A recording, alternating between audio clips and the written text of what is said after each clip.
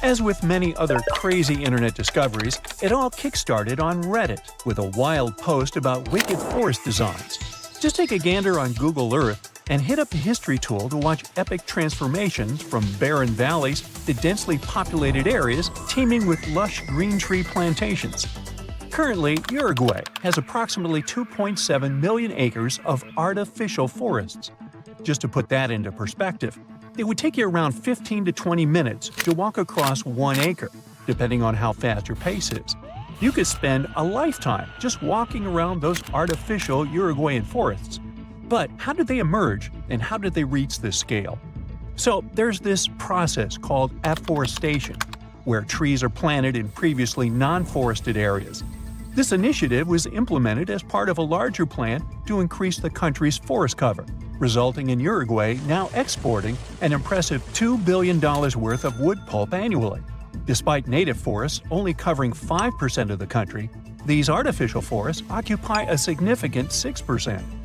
Another cool thing about these forests is that they have special trees that originally couldn't be found in Uruguay. It was decided to plant eucalyptus trees there, as they show impressive results in terms of how fast they grow. A tree can get through a whole cycle, from a little plant to one ready to be harvested, in as little as 10 years. Yeah, not as impressive as bamboo, that grows a couple of feet a day, but still faster than a common Uruguay tree called the Tree of Heaven, which takes about 25 years to get full size. By the way, it's considered pretty fast too. Now this funky forest in Japan is literally turning heads. In the Miyazaki Prefecture, there's a group of Japanese cedar trees that are causing a buzz with their unique concentric circles reaching toward the sky. A recent aerial photo captured these crop circles, and now everyone is scratching their heads trying to figure out how they came to be. But fear not, there's no extraterrestrial invasion involved. It turns out this cool formation was actually a carefully planned project from almost half a century ago. Back in 1973, researchers planted these trees in specific radial increments to create these mesmerizing circles. I mean, 50 years ago, Google Earth was nowhere around.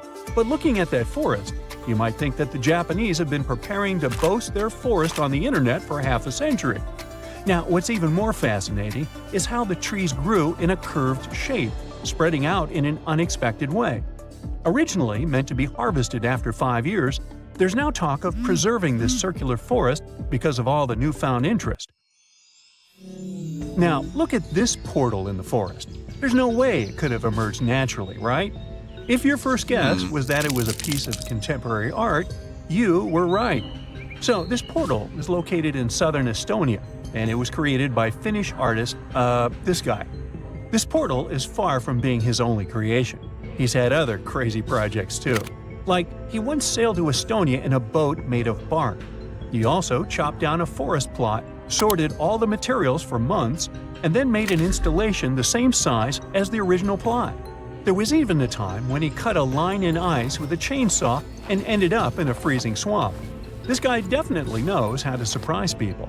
Most of his works are nature-related, so you probably shouldn't be surprised that this forest portal is yet another creation of his. What do you think the artist wanted to convey through this portal? Let us know in the comments. Trees are something that are definitionally straight, right? Well, not as long as you're in the crooked forest in Poland.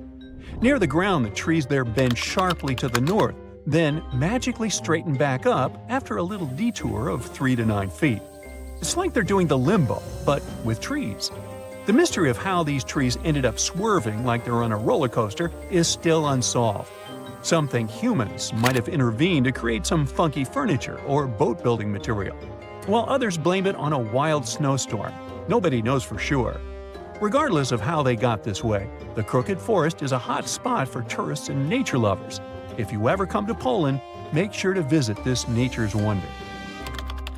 Welcome to the Goblin Forest, a magical section of East Egmont that will make you feel like you've stepped into a fairy tale. This enchanting forest, also known as the Kamahiwa, is famous for the abundance of gnarly kamahi trees that give the whole place an eerie yet stunning vibe. As you hike through the Goblin Forest, you'll be surprised by lush greenery, moss-covered trees, and falling rays of sun that create a truly enchanting atmosphere. It's a photographer's dream come true. Now, while you might not find real goblins or mythical creatures in the forest, yeah, I know, it's a bummer, you will still encounter a variety of native bird species. Birdwatchers will be in heaven spotting all the feathered friends flitting about, and all that alliteration. Plus, if you're lucky, you might even catch a glimpse of glowworms lighting up the trails. With a network of well-maintained hiking trails suitable for all fitness levels, the Goblin Forest is the perfect destination for adventurers looking for a magical experience in nature. So, grab your hiking boots and get ready to explore this enchanted forest of wonders. Monteverde Cloud Forest in Costa Rica is not your typical forest adventure. Think of high-flying suspension bridges and trails above the treetops.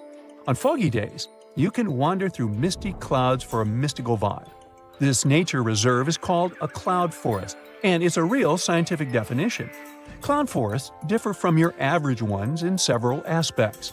First, they're usually evergreen forests that are like tropical oases, with a constant veil of low-level clouds covering the canopy.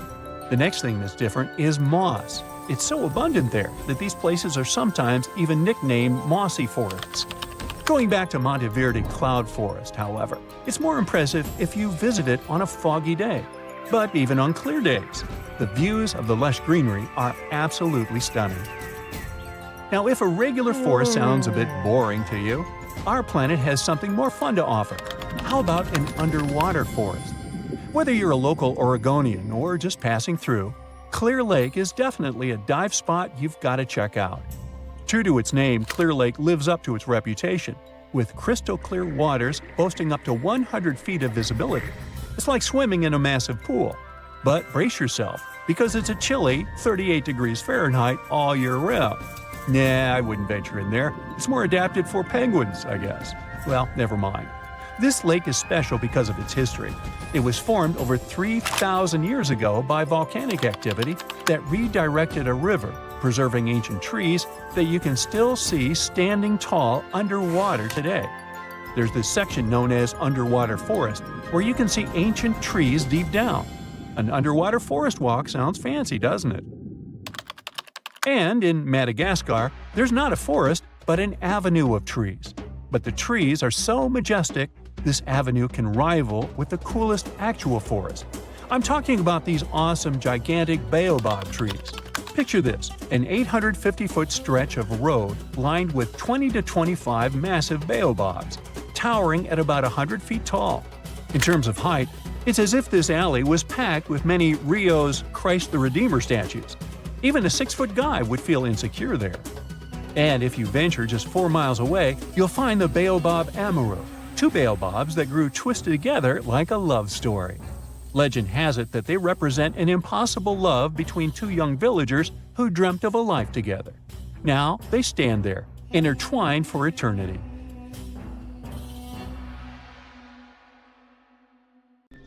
Welcome to the spooktacular tale of the John Lawson House in New Hamburg, just 80 miles north of New York City.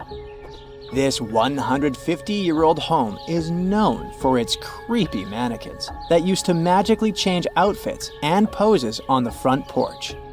Some say these mannequins were haunted by spirits from tragic events that happened nearby in the 19th century. Back in the day, the Lawson family built this historic home in a bustling Riverport village. Tragedy struck when a train accident and a destructive fire occurred near the house in the 1870s, causing chaos and taking many lives. The mysterious mannequins appeared without explanation, dressed in old-timey clothes and accessories. The homeowner was unknown when that creepy stuff was first noticed. Sometimes, mannequins would hold something in their hands, like books. Also, it seemed like those spine-chilling figures didn't fancy bad weather. They would vanish during storms and even face the site of the lethal train accident. But suddenly, in 2016, the mannequins vanished without a trace, leaving behind a mystery that still haunts the John Lawson house to this day. Will they ever return? Only time will tell. Venice, the one in Italy, not a neighborhood in California, may be considered the city of love and all, but Pavia Island has a fishy reputation. Made up of 2 natural islands and 1 human-made one with wooden pillars and layers of earth, this place is like a creepy puzzle waiting to be solved. One island is covered in greenery, another has the main buildings, and the smallest is basically a fort. The island is now deserted with just a few lonely structures left standing. Rumor has it that about half of the land on the island is made up of human ashes. Yikes. According to stories, when a plague hit, the hospital had to figure out what to do with all the bodies. Supposedly, they ended up burning them. But some say that over 100,000 victims were actually buried in mass graves, called plague pits. The details about how all these bodies were disposed of are sketchy at best, leaving room for spooky speculation about what went down on the island. Whether they were torched or buried, the sad truth is that thousands of lives were lost and left behind on Pavia Island. Another creepy tale involves a crazy asylum director who supposedly jumped off the clock tower after being swallowed up by a mysterious fog. But this story may have originated from shows like Ghostbusters, with no actual proof that this dude even existed. There are also whispers of patients seeing ghosts within the psychiatric hospital, adding to the island's spooky vibe. While these stories might be a bit out there, they definitely add to the mystery surrounding Pavia Island. Despite all the exaggerated stories and urban legends, one thing remains true. Pavia Island has a dark history filled with tragedy. This place has seen it all. The empty buildings and abandoned landscapes are like sad reminders of the sorrowful past that haunts this eerie island. Hush, don't move. We're in the clearing in Vatnajkull, Transylvania, which has a funky reputation for being one of the creepiest places in the world. The trees there wouldn't grow in a clearing that has a perfect oval shape. Soil scientists have been unable to explain this anomaly. The area attracts a variety of people, from Romanian witches to sword-wielding Americans attempting to cleanse the forest through yoga.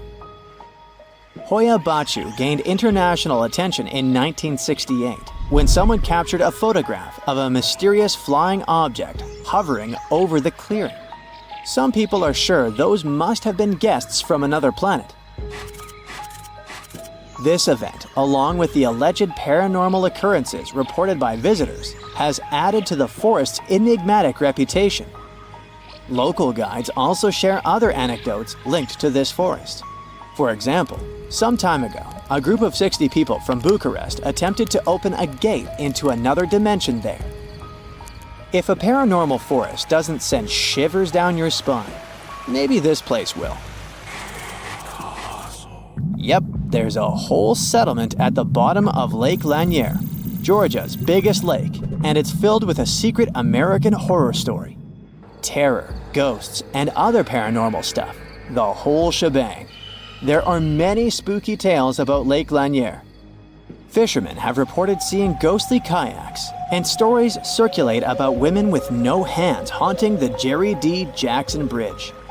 Plus, the lake has a dark side, with over 500 demises since it was created and more than 200 since 1994.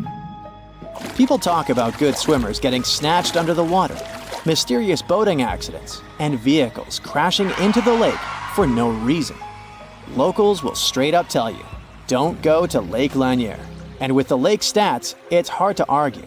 Some say the lake is cursed, but it's up to you to decide. The Poison Garden is a misleading, beautiful place where danger lurks behind every leaf. It's tucked away behind spooky black gates at the Alnwick Garden. There, you'll discover a collection of over 100 plants that are not just toxic, but downright lethal. If you don't have to worry about accidentally poisoning yourself, just keep your hands to yourself. No sniffing or nibbling allowed.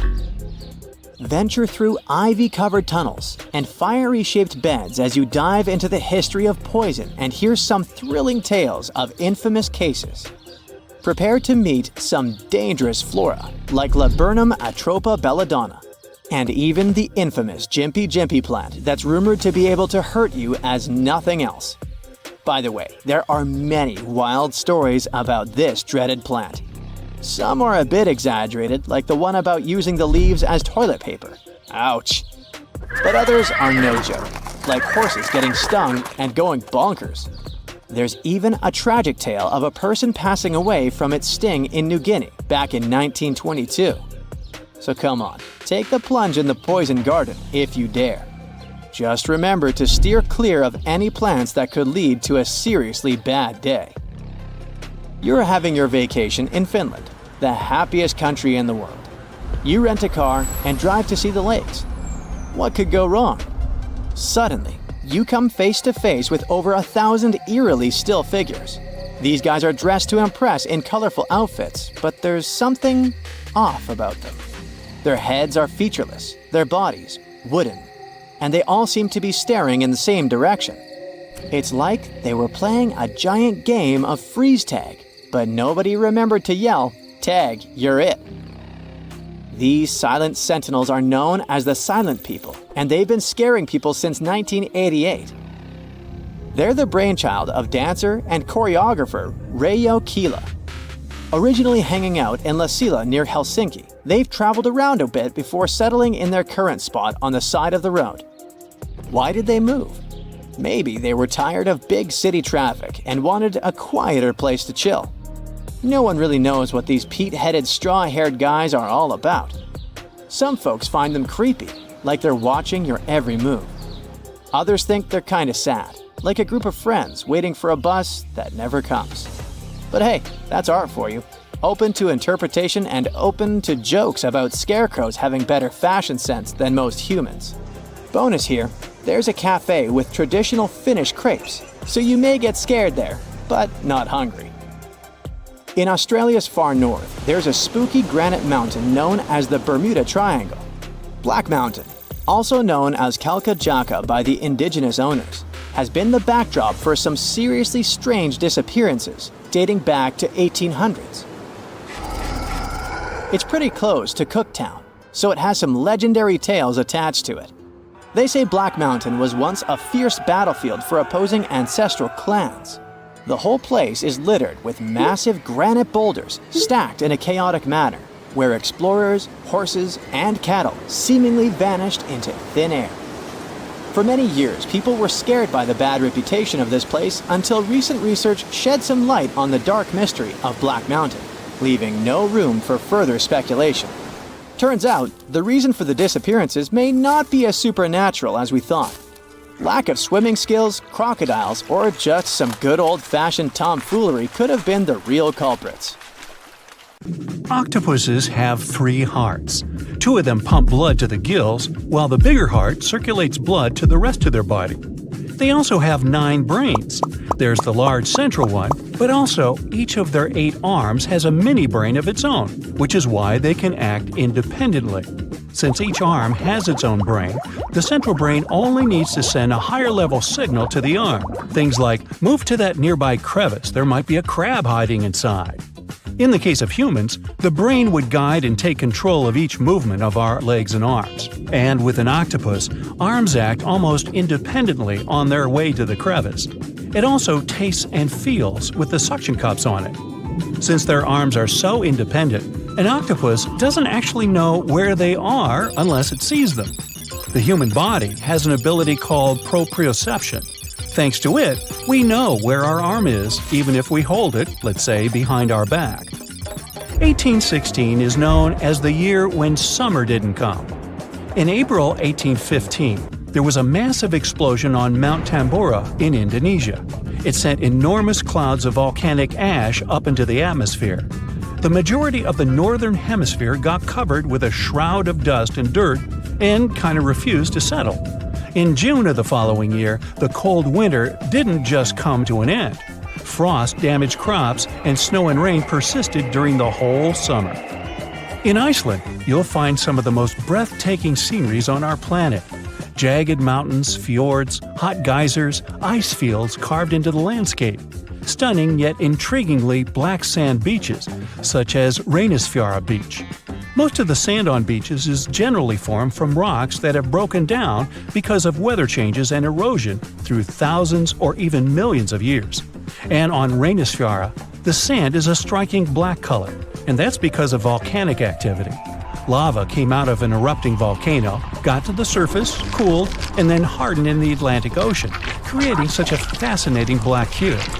This beach is so magically stunning, but it's also very dangerous because of its sneakier waves.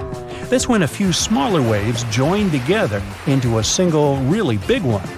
This phenomenon can happen when ocean currents force waves together, or in the case of Reynisfjara, when such waves come from an offshore underground cliff and get an even stronger pulling effect. Considering the ocean's low temperatures too, it's definitely better to just take pictures from a safe spot. Some trees talk to each other. Not the way we do, of course, but, for example, acacia trees that grow over the African savanna can warn each other if there's something dangerous coming.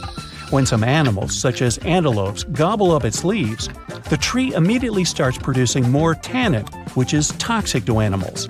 They also emit a special type of gas that travels through the air and warns other trees they should protect themselves too.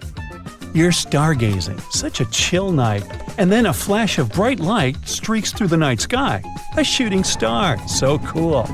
But what we see is not actually a star, although we call it that way. They're meteors, which are basically small chunks of dust and rock moving through space. As they're passing through our atmosphere, they cause something called friction when one thing rubs against another, and that's why they glow. Also, the friction causes heat. Dust and rocks get extremely hot as they fly through the atmosphere, and the heat makes them glow until the moment they burn out and turn into what we call the shooting star. Sunsets in deserts are extremely beautiful because of the spectacular colors they produce a bit more than elsewhere.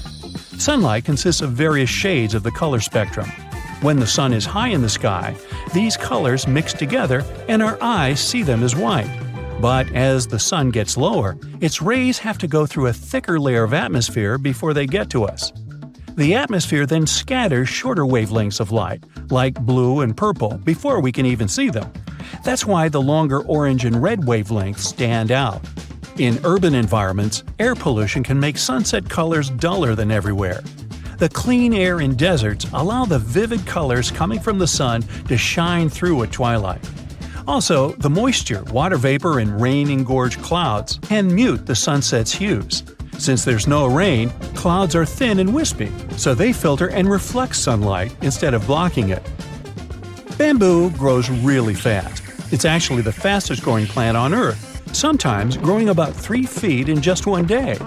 You can find it in dense forests, where only a little light gets to the ground, which means bamboo is under strong pressure to reach the sunlight as quickly as it can. There's an underground stem that connects bamboo shoots to their parent plant, so the shoot doesn't really need leaves of its own until it gets to its full height. Also, bamboo grows faster than other plants because it doesn't waste its time and energy on growing rings that thicken the stalk.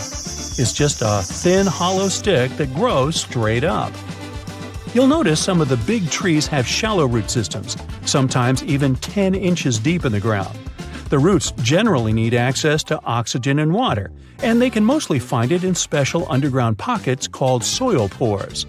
When a tree has ideal moisture and soil conditions, it can send roots deeper down under the surface and get what it needs.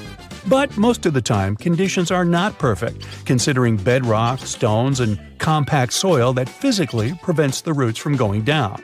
Such obstacles also prevent the roots from getting the needed oxygen. So, when life gets tough, the tree will take an easier option.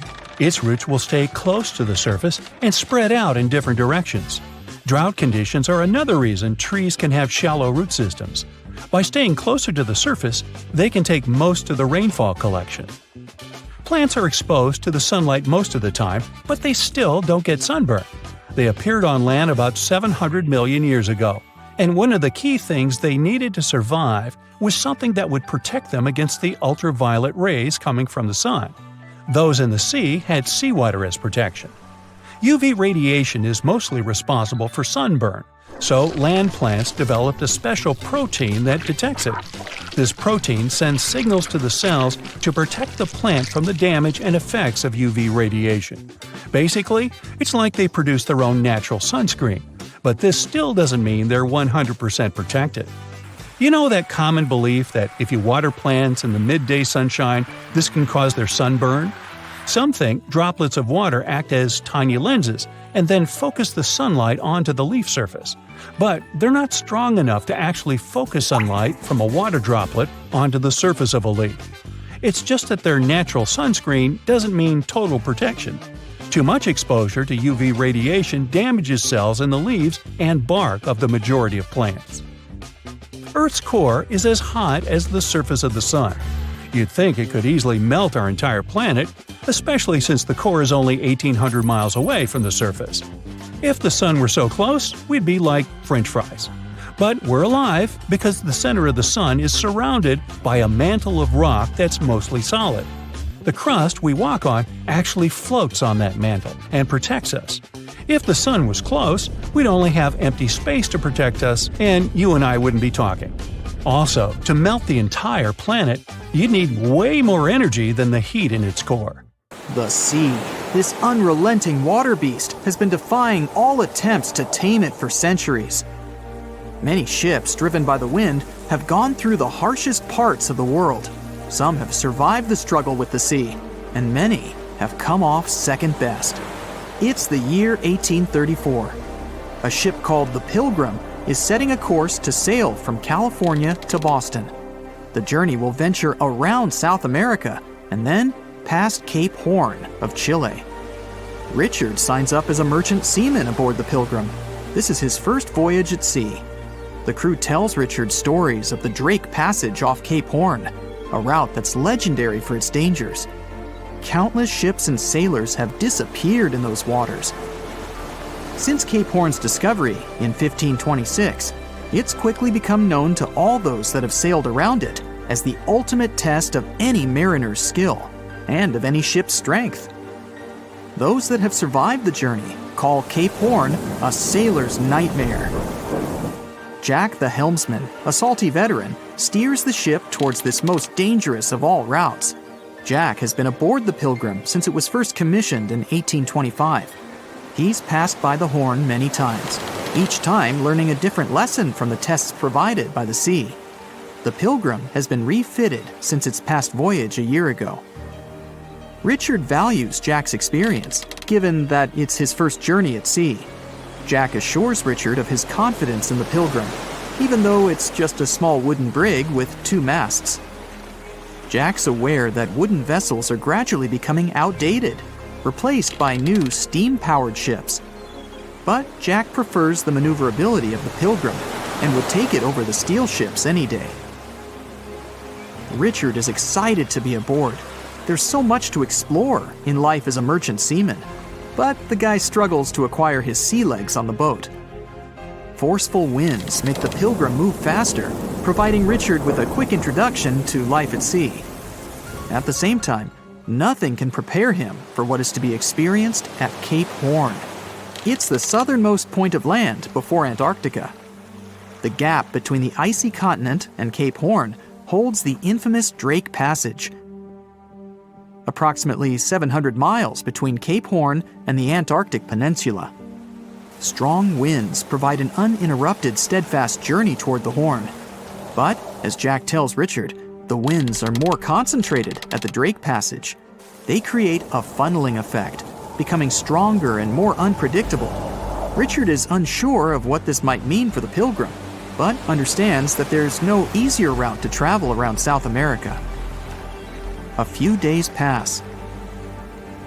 The Pilgrim sails by the many islands that make up the western coast of Chile. Although the sea has been relatively calm, Richard continues to deal with his lack of sea legs. His movements are still not very graceful. The constant, ever-swaying deck rises and falls, and Richard finds it hard to get used to the motion. Random large waves hit the Pilgrim from every angle.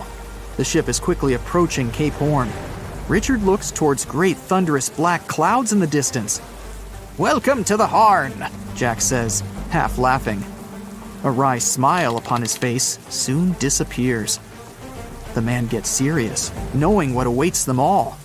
Stronger winds start blowing the sails as the crew scrambles to hang onto the ropes. Richard desperately sets to adjust the aft sails, adjusting for the constant change in strong southerly winds. Jack holds firm at the helm, knowing the importance of his role. He's wary of the swell. It can build very quickly the further south they travel. It's crucial the Pilgrim doesn't venture too close to the Horn when they approach. The great darkness that was in the distance is now all around them, filling the sky in every direction. Blackened clouds throw rain and hail down at the crew as they try to resist the enraged weather. Jack is directed by the captain at the helm, changing the direction of the vessel. The temperature has dropped significantly. Barely keeping the water from his eyes, he turns toward the port side bow to provide his face a brief break from the torment of the wind. Looking out into the distance, the man sees the Horn standing alone, surrounded by mist. It's a haunting sight. He steers the Pilgrim along the face of the Horn, the distance getting shorter. The waves shrink in height since the depths become shallower. But these waves are much steeper, and their angle can cause more damage to the wooden vessel. Jack's unsure how much of these waves the Pilgrim can take before the hull is breached. Richard, still posted at the aft sails, watches the water and icebergs floating by. He's unsure how large they actually are, since they're mostly hidden underwater. But he knows to alert Jack if any get too close. Just one iceberg hitting the Pilgrim will be all that the hull can withstand. Dutifully, he watches over the side and into the distance. Icebergs aren't the only thing to look out for. Rogue waves are common in these seas as well. The connecting Antarctic and Pacific Oceans, mixed with stormy weather, form waves together. This creates much larger rogue waves. Such waves have been known to reach up to 100 feet tall. They can destroy most vessels in their path. It'll surely be the end of the Pilgrim if it comes across a rogue wave. Strong currents adjust the route of the Pilgrim, as though the Horn is trying to lure the ship toward its rocky shallows. Slowly, they are getting pulled closer toward the Horn. Jack is fighting the current at the helm. Spinning the wheel, he strains his body as much as he can. Grunting, he plunges the wheel from the port side to starboard and back again. The captain keeps yelling directions. To a novice, they're extremely confusing. But Jack, a hardened veteran, continues to interpret the directions with ease, steering to readjust their course away from the Horn. The captain orders Richard to assess the hull below the decks. With the level of pounding the Drake Passage has provided so far, it's surely harmed the ship in some way. Richard runs to the deck as another sailor yells something at him, but the noise of the sea makes it difficult to hear. A wave hits the side, flowing onto the deck. Richard manages to hang on to the mast before he's almost swept overboard. The entire front deck seems to be underwater. Hanging on as the water rolls off the sides of the ship and waiting for it to clear, Richard watches the Horn slowly go past. Still, it beckons toward the Pilgrim, as though asking for its dues from the crew. The currents are still pulling the ship, while the storm is raging on, with no end of the struggle in sight. The storm is growing ever larger and fiercer. Richard gathers himself to head below and assess the damage. After a slow descent to the lower decks, Richard can finally look over the hull from the ship's quarters. There's no damage from what he can gather. But he's shocked by the depth of the water inside. It's now at waist depth. Cups, amongst other things, float in the water. Even inside the ship, the guy can't escape the waves. Unable to make sense of it all, he stands frozen, listening to the almighty power of Mother Nature outside. The sea roars even more wildly, waves constantly thudding against the hull.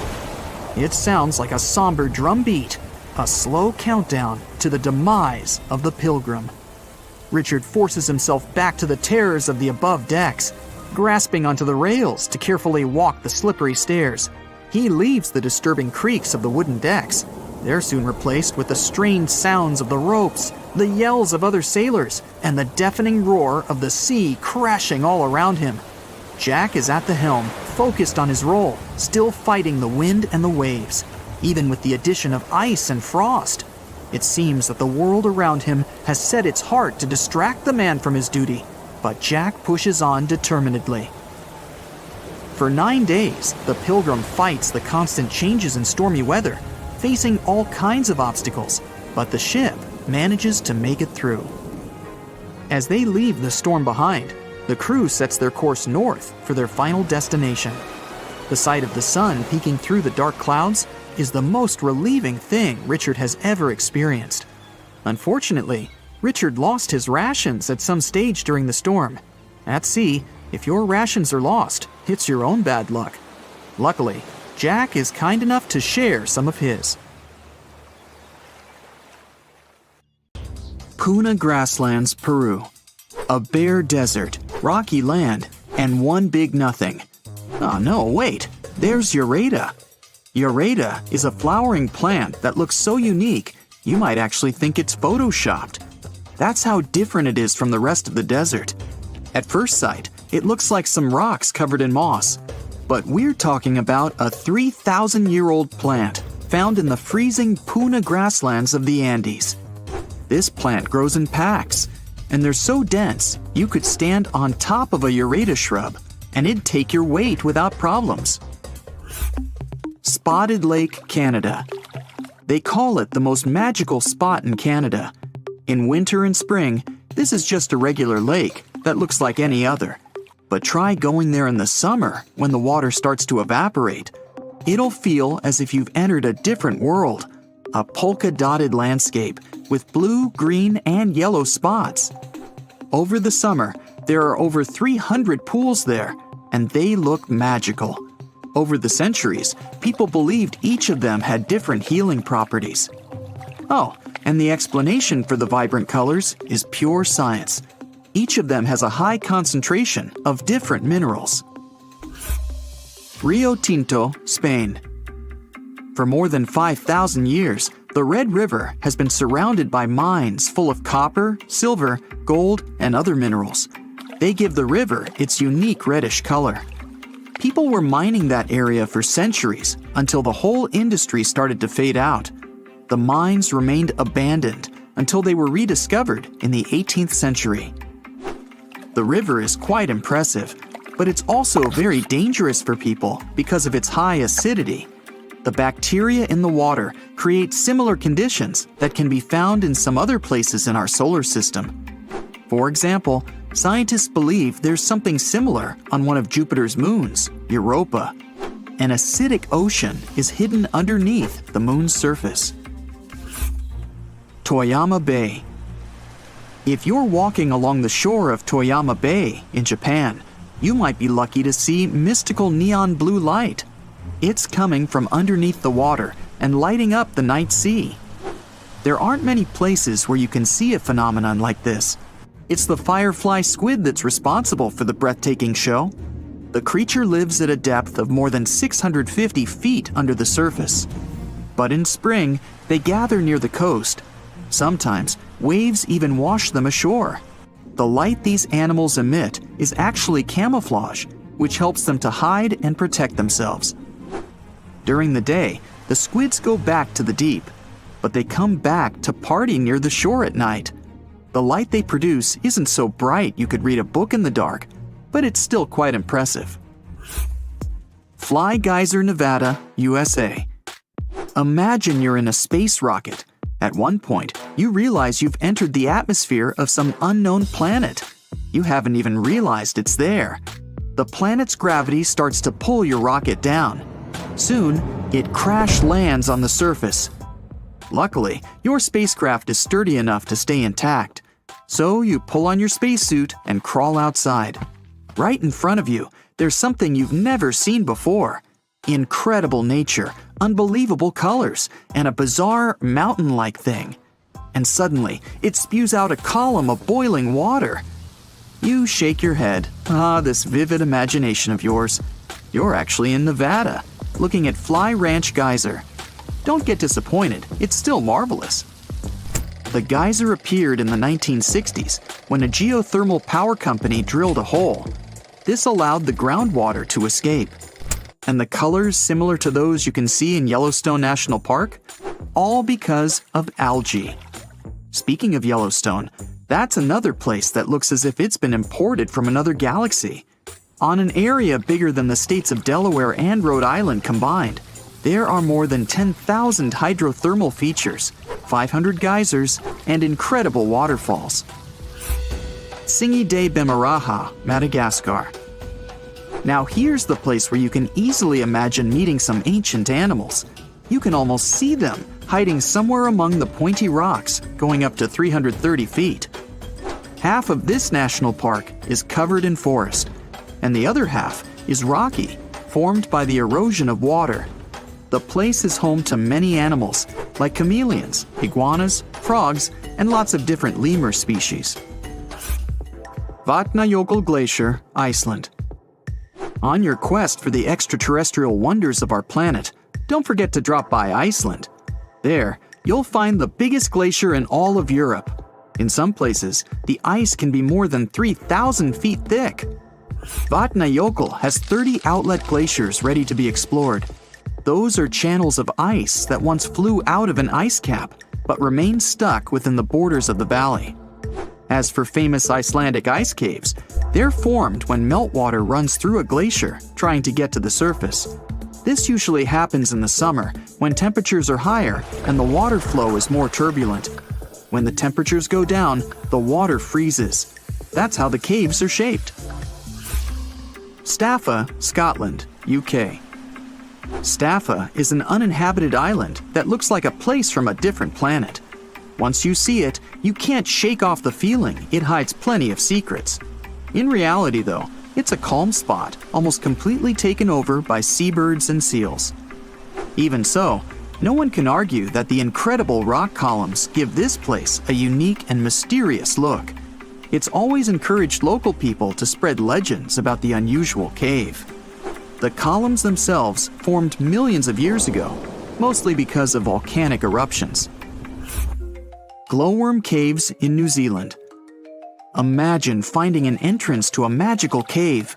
You row your boat, eager to sneak a peek inside, and get rewarded with one of the most beautiful views ever. You see a closed cave that looks as if it's under a magnificent starry sky.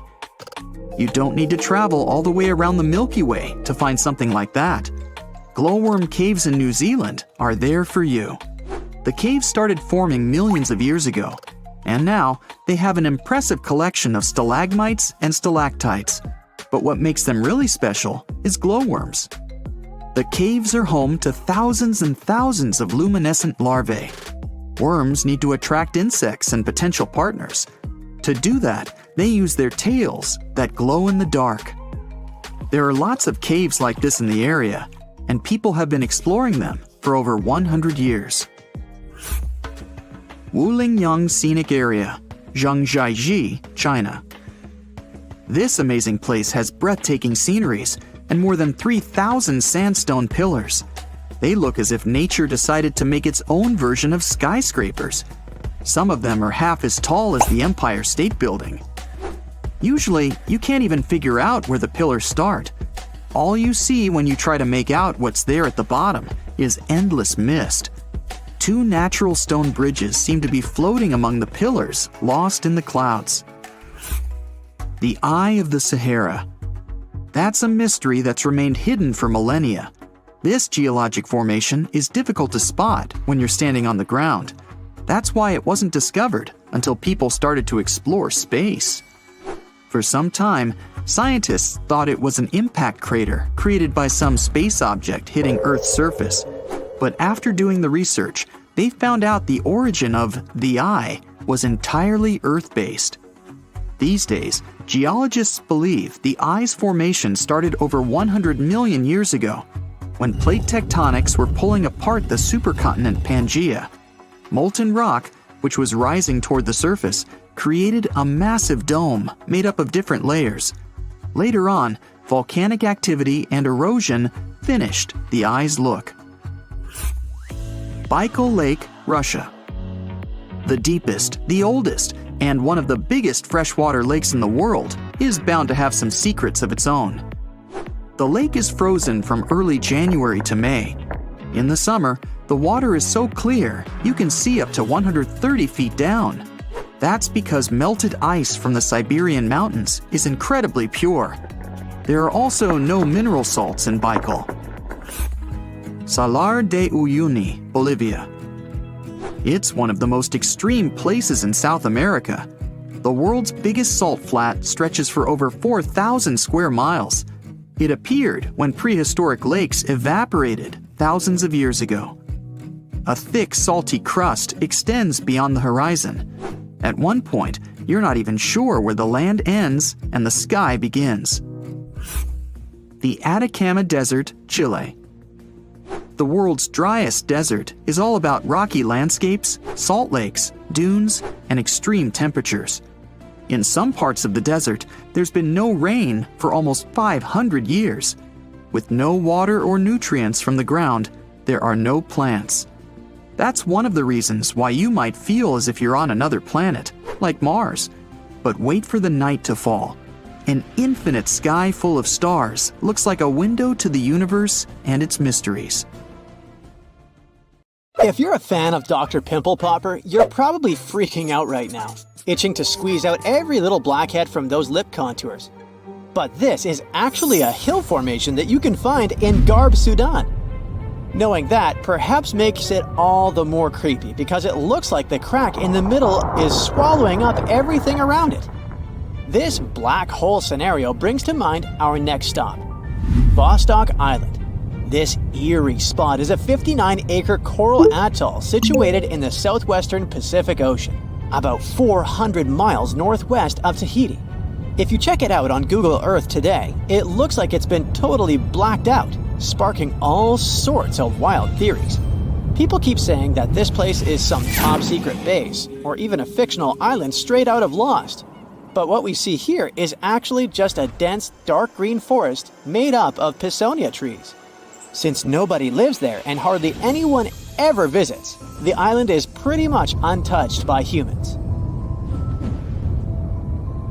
This massive star, or mandala, is situated just outside Beatty, Nevada.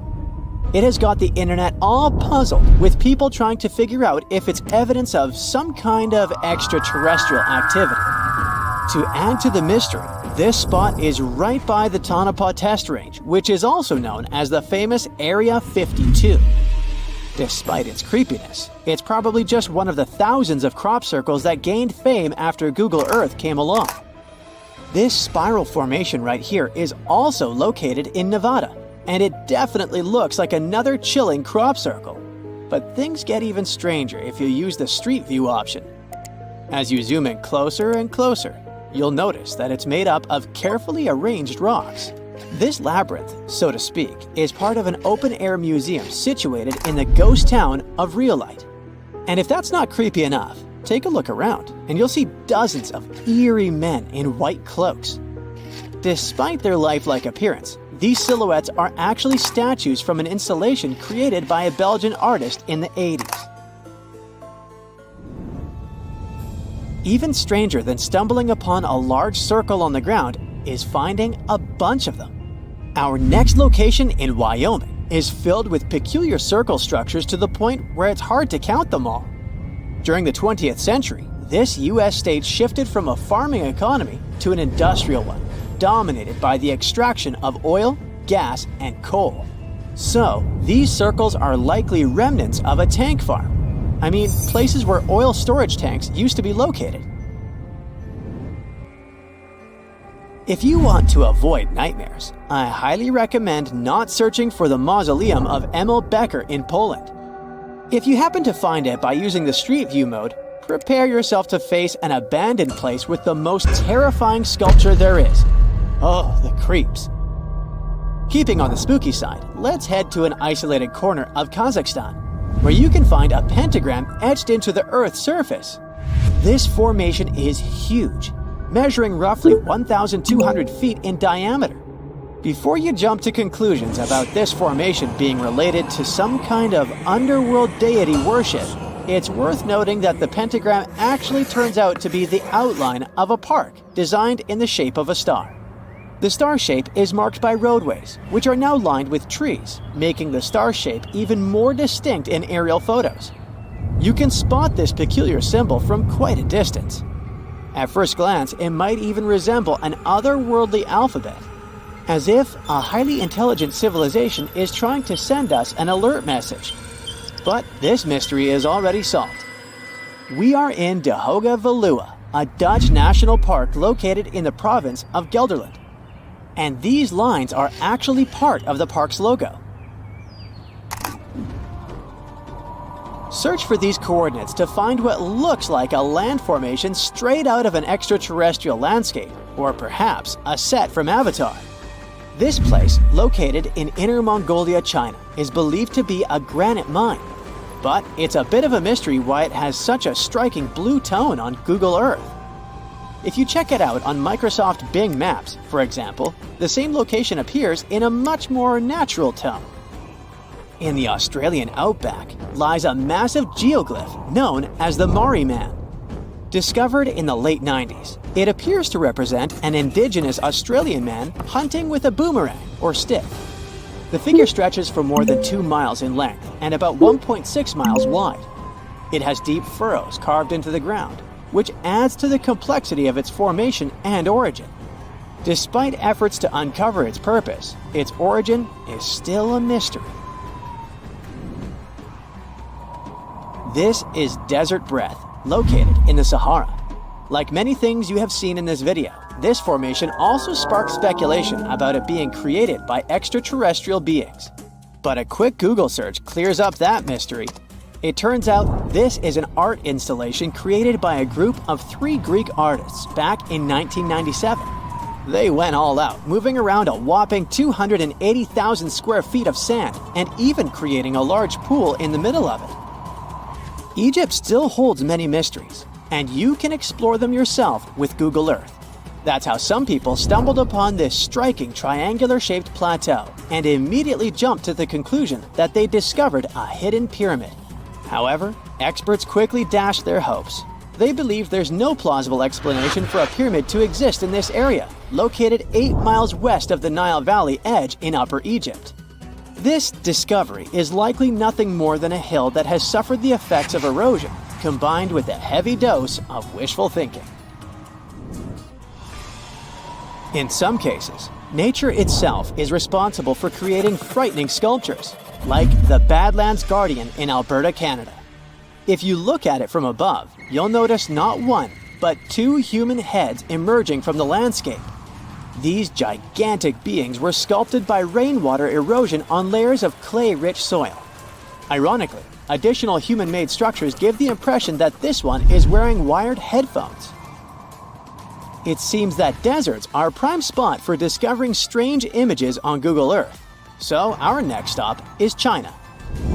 In the Gobi Desert, you'll come across zigzagging white lines that look kind of random. The first challenge for armchair experts was figuring out what these structures were made of, as it's hard to tell if they're painted on or dug into the landscape. There's still a lot of speculation about it on the internet, but the most plausible explanation is that this structure is used for calibrating satellites. This way, satellite cameras can focus on these large grids to orient themselves in space. Check out this intact plane that seems to have sunk beneath the ocean off the coast of Crooked Island, Bahamas.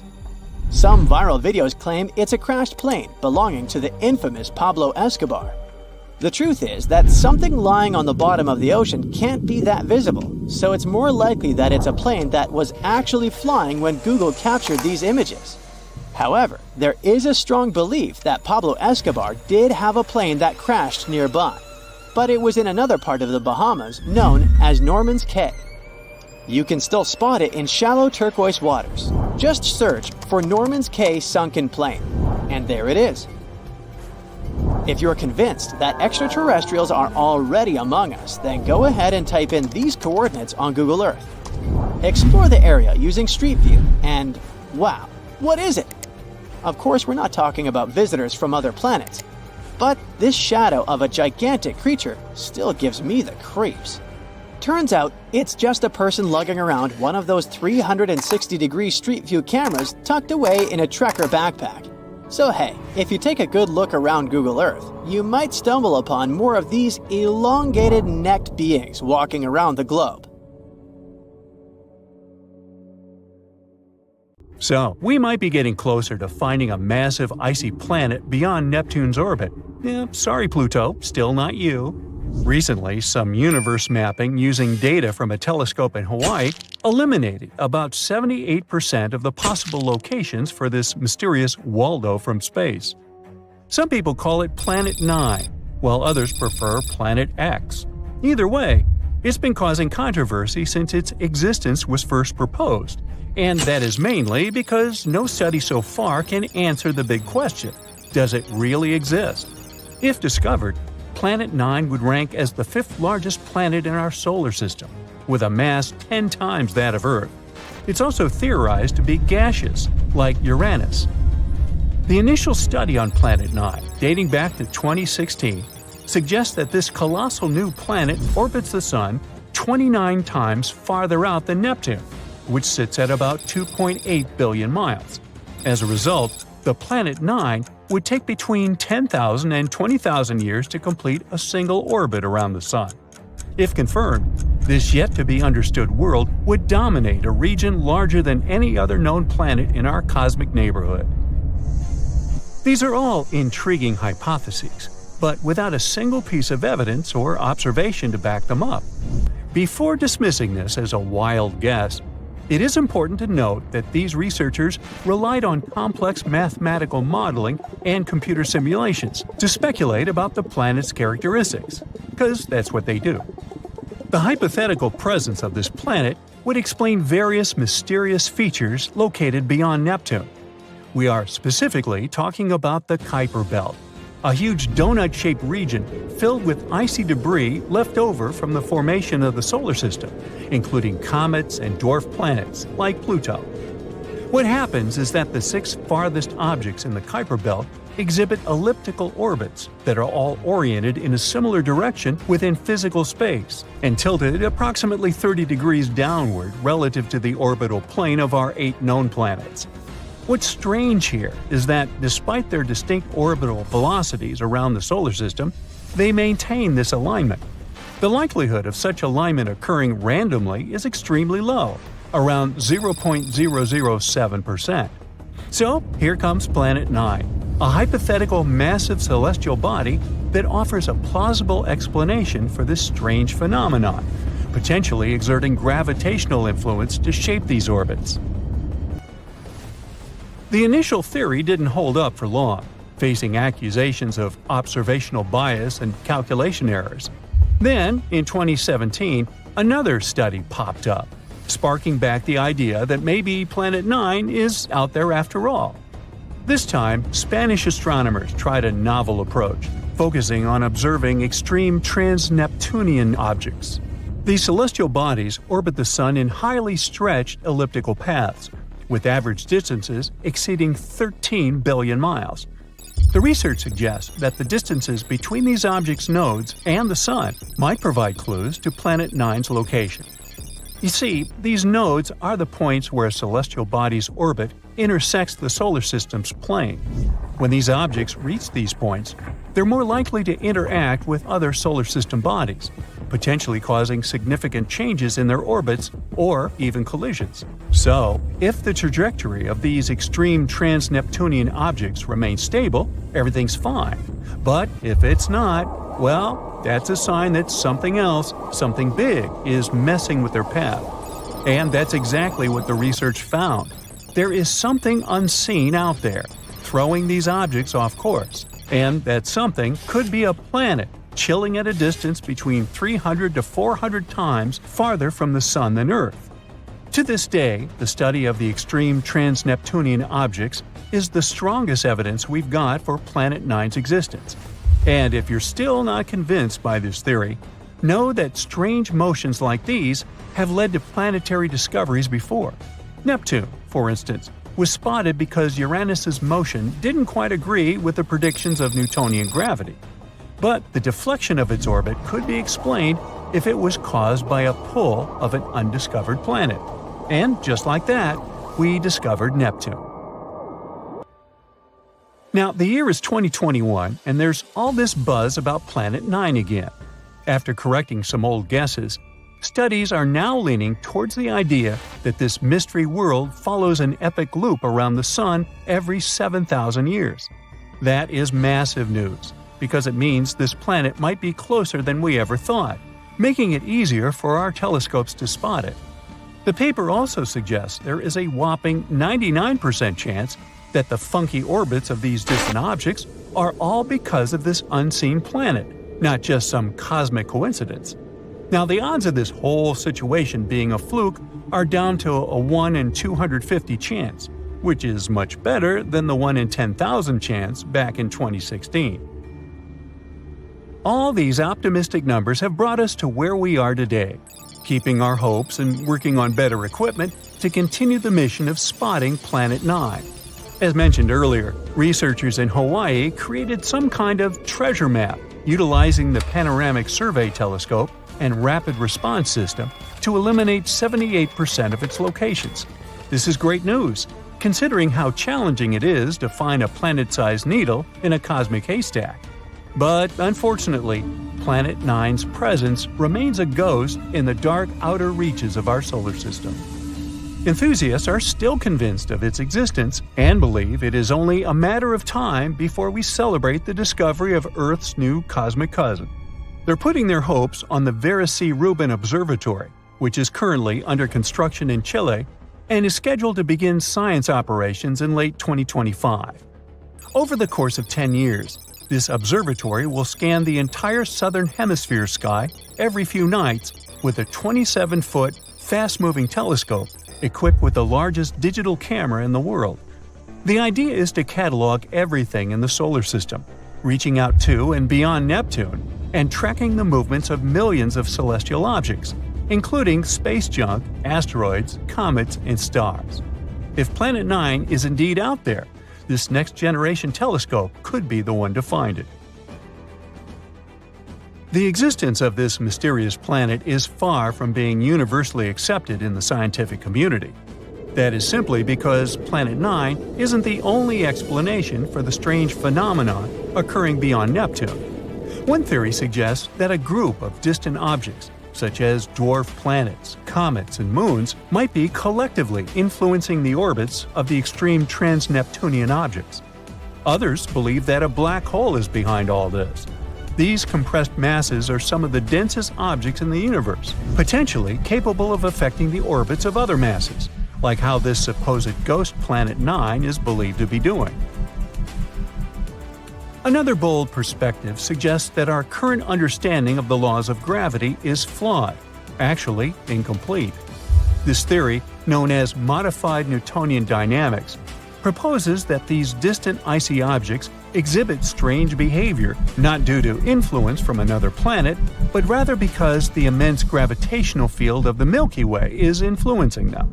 However, even supporters of this theory acknowledge that it is too early to draw firm conclusions, and much more extensive research is still required. While we continue our relentless hunt for Planet 9, some astronomers have taken it a step further, suggesting the existence of a hypothetical Planet 10.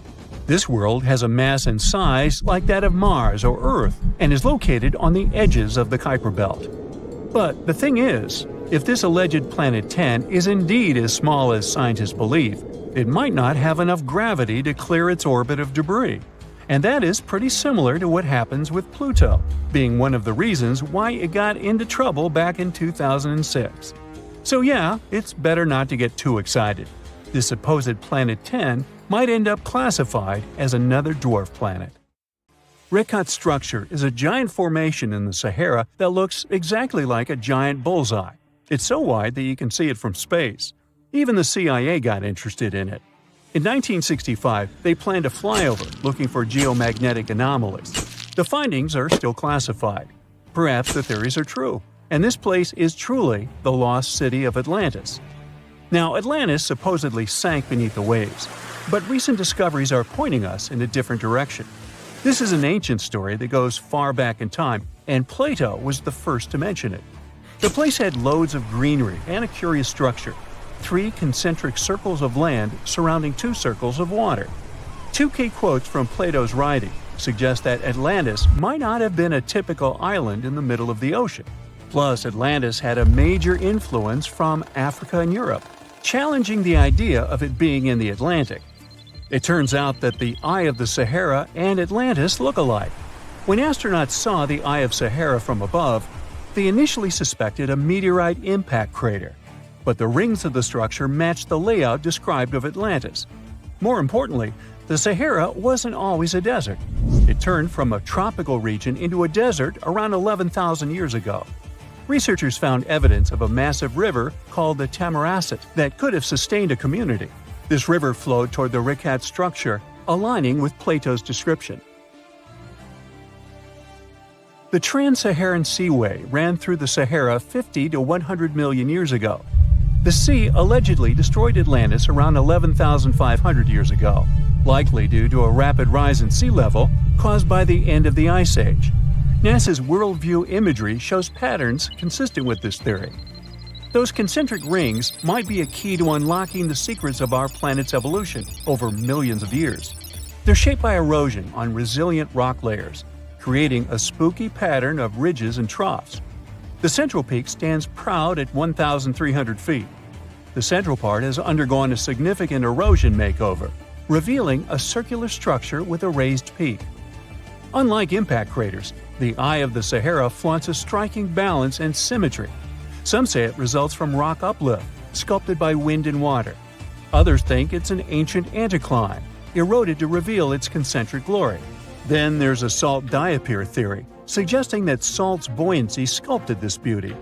Dating techniques have proved that it formed 541 to 252 million years ago, give or take a million or two. Ancient tools are scattered around the outer rings of the structure near riverbeds. Some older stone tools have also been spotted in the same areas. And still, even though some spear points from the Neolithic period have been found, there aren't many signs that people were living there back then. The area seems to have been used for short-term activities like hunting and making tools. There are other unearthly mysteries that haunt our world. One such enigma is in Norway, the ominous Hessdalen light phenomenon, also known as the Valley of Lights, leaves scientists confused. This valley is 10 miles wide. It's quite isolated, but a peculiar blue box sits high on the hillside, equipped with cameras scanning the valley. The unsettling saga began in the 1980s, when the night sky over Hessdalen erupted with burning fireballs, a recurring spectacle that sent shivers down the spines of those who witnessed it. This wasn't a fleeting occurrence, rather it became a regular thing. Terrified locals reported encounters with these unexplained luminous phenomena, some of which happened near their homes. Unease spread like wildfire. At its peak, there were about 20 sightings every week. The phenomenon made its way into newspapers, magazines, and media worldwide. Soon, people flocked to the valley, hoping to see the lights themselves. In 1984, experts joined the fray, armed with sophisticated instruments like magnetometers, radiometers, and other ometers. What they encountered was mind-bending, lights that defied explanation. Some moved at a leisurely pace, while others raced through the sky at an astonishing 19,000 miles per hour. People tried to explain these lights: airplanes, distant reflections, ball lightning, satellites, planets, meteors. But the speed and how these lights danced ruled out all those theories. We're slowly approaching another mysterious place. This is the greatest subglacial lake among Antarctica's 675 known lakes. It can easily hide unknown life forms. This lake is beneath the East Antarctic ice sheet. Dive about 2.5 miles under the ice, and there you'll see Lake Vostok, located at 1,600 feet below sea level. This lake is 155 miles long and 31 miles wide at its broadest point. With an average depth of 1,400 feet, it's also the world's 6th largest by volume. It's like an underwater city with lofty pillars and deep basins. The secret lake was discovered in 1993, yet it had been waiting to be found down there for over 2,000 years, collecting ancient secrets. In 2012, scientists drilled through the ice, creating the longest ice core ever. They pierced the ice all the way to the lake's surface. The year 2013 brought an unexpected twist when the tranquil waters erupted during the extraction of an ice core, mixing with drilling fluids. Then they got a pristine water sample in 2015. Some believe there might be previously unknown life forms down there, since it's a fossil water reserve that's been untouched for millions of years. That could be a lot like those speculated ice-covered oceans on moons like Europa and Enceladus. It all started with a theory in the 19th century, suggesting fresh water lurking under Antarctic ice sheets. Then, in 1955, seismic soundings hinted at a subglacial lake, and by the 90s, satellite data confirmed Lake Vostok's existence. Now, Lake Vostok isn't alone. In 2005, they found an island in the middle of the lake. Then, two smaller lakes joined the party. They suspect that a secret network of subglacial rivers might link these lakes. Now, very far away from Antarctica, in Venezuela, Catatumbo lightning presents a sinister light show at the junction of the Catatumbo River and Lake Maracaibo. This unsettling lightning phenomenon happens at about 140 to 160 nights a year, going on for 10 hours a day, and can flash up to 280 times in a single hour. The frequency of this lightning show changes with the seasons and from year to year. There was a break between January to March in 2010, causing a bit of worry that it might vanish forever. As the sun sets, winds from the east start picking up speed. The strong wind is called a nocturnal low-level jet, like what you see in the Great Plains of North America. These winds bring moisture, mostly from the Caribbean and the lake itself. This humid air hits high mountain ridges, causing thunderstorms to form over the mountains. Thanks to the ongoing wind situation, more thunderstorms appear as the night goes on. This pattern repeats itself, and is why this area has the highest annual lightning rate globally. The next place scientists cannot explain is in China. That is the Longyu Caves. They have lofty slanted roofs and sturdy pillars. The spot remained hidden for centuries. These human-made caverns, built around 2,000 years ago, decided to reveal themselves only in the 90s. Local farmers drained some ponds and unveiled 5 massive caverns. Further digging exposed an additional 19 smaller caves.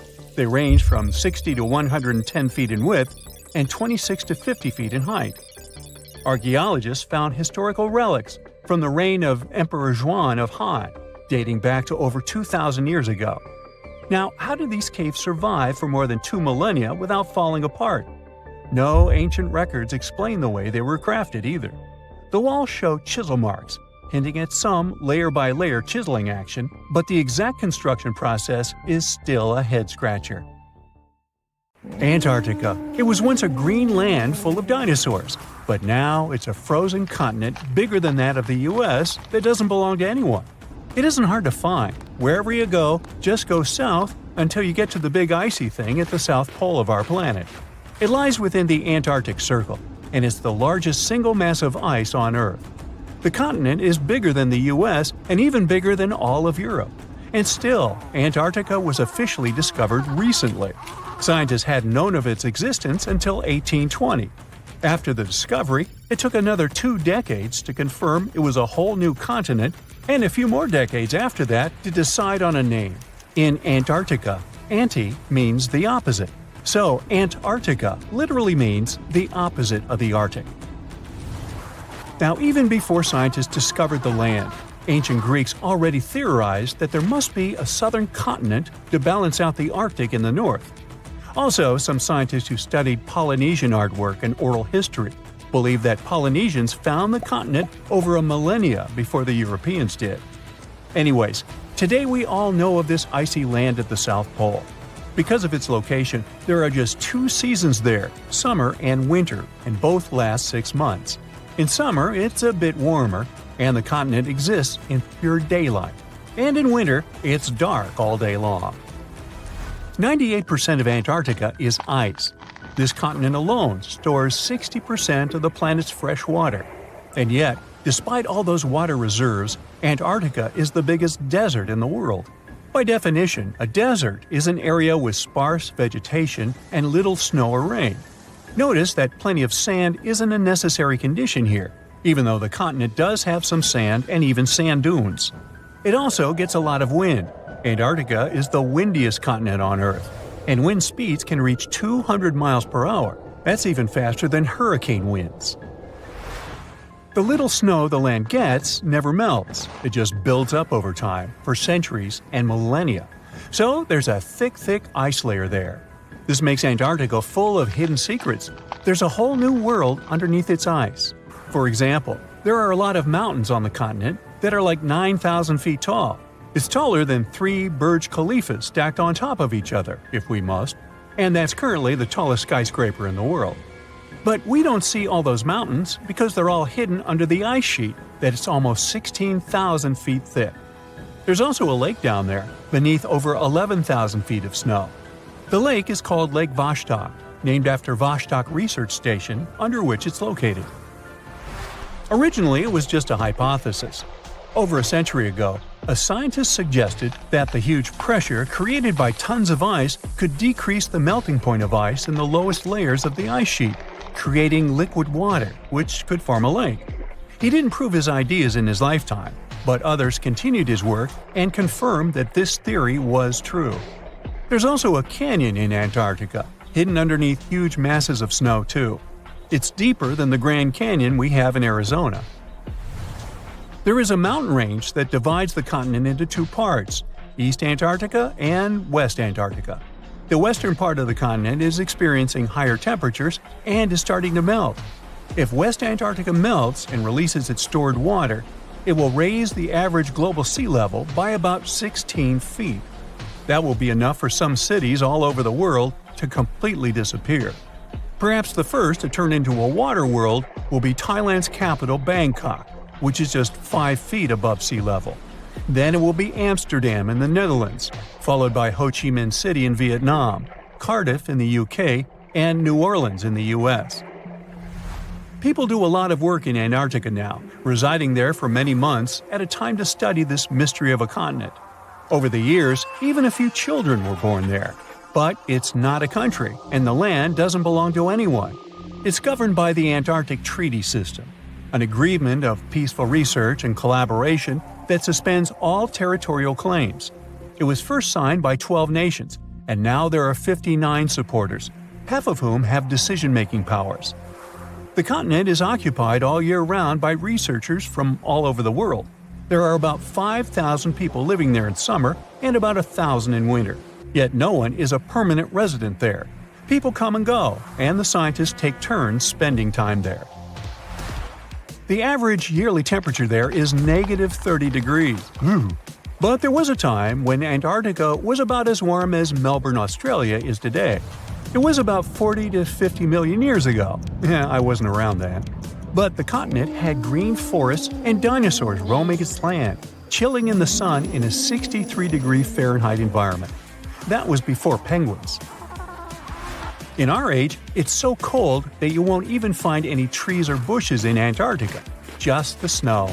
The only plants that can thrive in such extreme temperatures are lichens, moss, and algae. People can't stand such freezing conditions for lengthy periods of time either, so the continent has never had any indigenous population. Well, that is, if we don't count penguins, seals, whales, and a few other types of birds that live there now.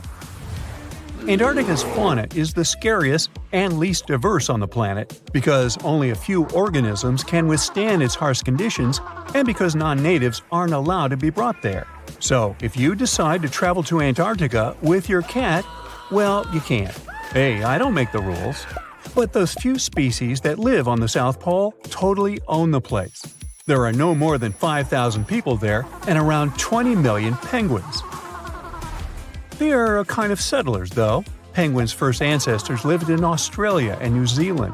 There are still a few penguin species there, including the smallest penguin on Earth that is just 1 foot tall. Still, most of the penguins migrated to Antarctica at some point, possibly because they were attracted by the greater food supply there. It's not the cold that made them like the land. It turns out, most penguins leave the continent when the summer ends. The only ones that stay there are male emperor penguins. and they do it to warm and protect eggs left by their mates. But where do all the other penguins go? At first, it was a big mystery even to scientists. But then they attached some tiny location devices to the legs of a few of these animals and figured it out. Penguins go to live in the southern oceans while it's too cold in Antarctica. None of them go ashore for half a year until they get back to the continent. When they come back, it's when those eggs, left for male penguins to nurture, start hatching, and so penguin families can be together when it happens. Penguins eat different fish, and the ocean is full of those despite its cold temperature. In some areas, water can reach below freezing temperatures because it's salty. But fish don't freeze there because they have antifreeze proteins in their bodies. Then there are also about 1 million seals in Antarctica. They like fish too, and they can hold their breath underwater for 2 hours. They see way better underwater than in the bright light of the day, and they also use their whiskers to locate food. Their breathing holes in the ice can freeze while seals are away, and they must use their teeth to make a new one. Seals can even sleep underwater and then resurface occasionally to get some air without waking up. I can appreciate that. It's the middle of the night. Suddenly, you see a snowy owl outside your window. It has a letter for you. Has your Hogwarts acceptance letter finally arrived? Well, not really. You open it and start reading. Dear reader, we are pleased to inform you that you have been selected by the Hogwarts School of Witchcraft and Wizardry as the greatest Potterhead there is. To show our gratitude for your dedication, we've decided to share 8 Wizarding World secrets with you. And don't worry, we won't obviate any of them later. Professor McGonagall was a Quidditch pro too. Harry's broom riding and Quidditch skills are recognized early on during his time as a Hogwarts student, when he retrieves Neville's Remembrall from Malfoy.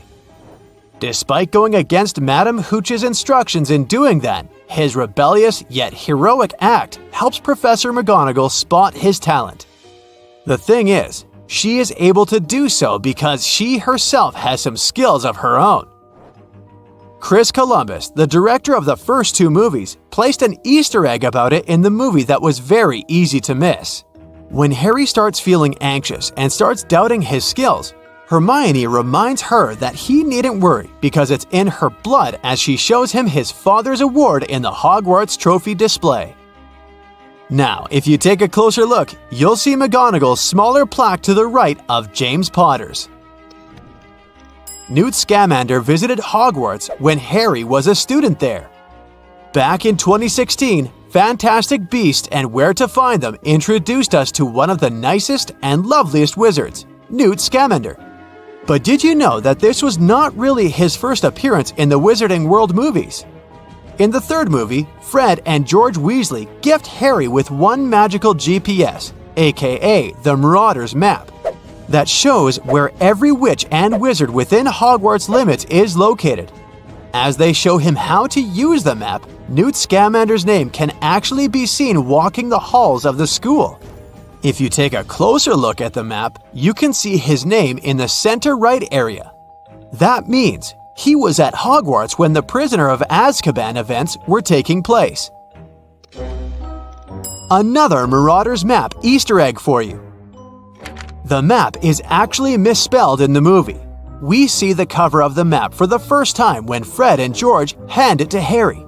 And the nicknames of all its creators are written on it: Moony, Wormtail, Padfoot, and Prongs. But careful viewers might have caught one big mistake there. The name Moony in the book is spelled like this, whereas in the movie there is an extra E here. However, apparently that's done by the filmmakers on purpose. They wanted to pay a tribute to the movie's visual effects supervisor, Carl Mooney, as well as have some fun.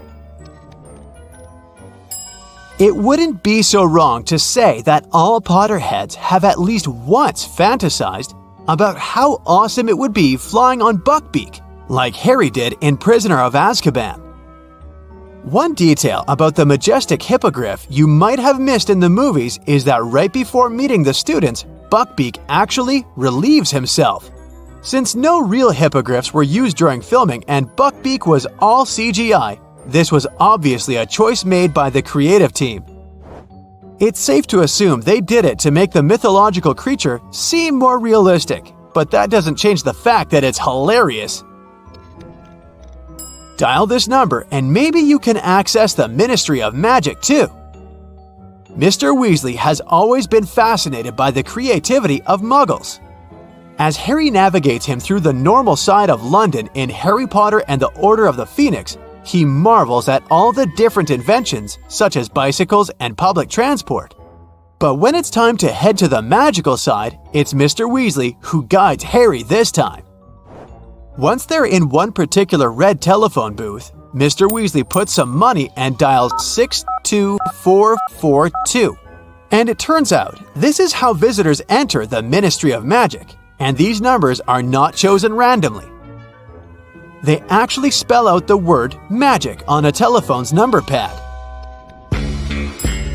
With Fantastic Beasts, we were introduced to new, fascinating, and adorable Wizarding World creatures. And one thing's for sure, Newt Scamander treats each and every one of them with love and respect. Unlike the dragon handlers in Harry Potter and the Goblet of Fire. However, the director Mike Newell left a little message to assure the fans that all the magical creatures were actually treated right. If you wait until the end of the credits, you'll see it. No dragons were harmed in the making of this movie. There are plenty of number 7 references throughout the movies. In the series, it's established that the number 7 is a magical number that holds great power. And one of the biggest uses of it is Voldemort's 7 Horcruxes.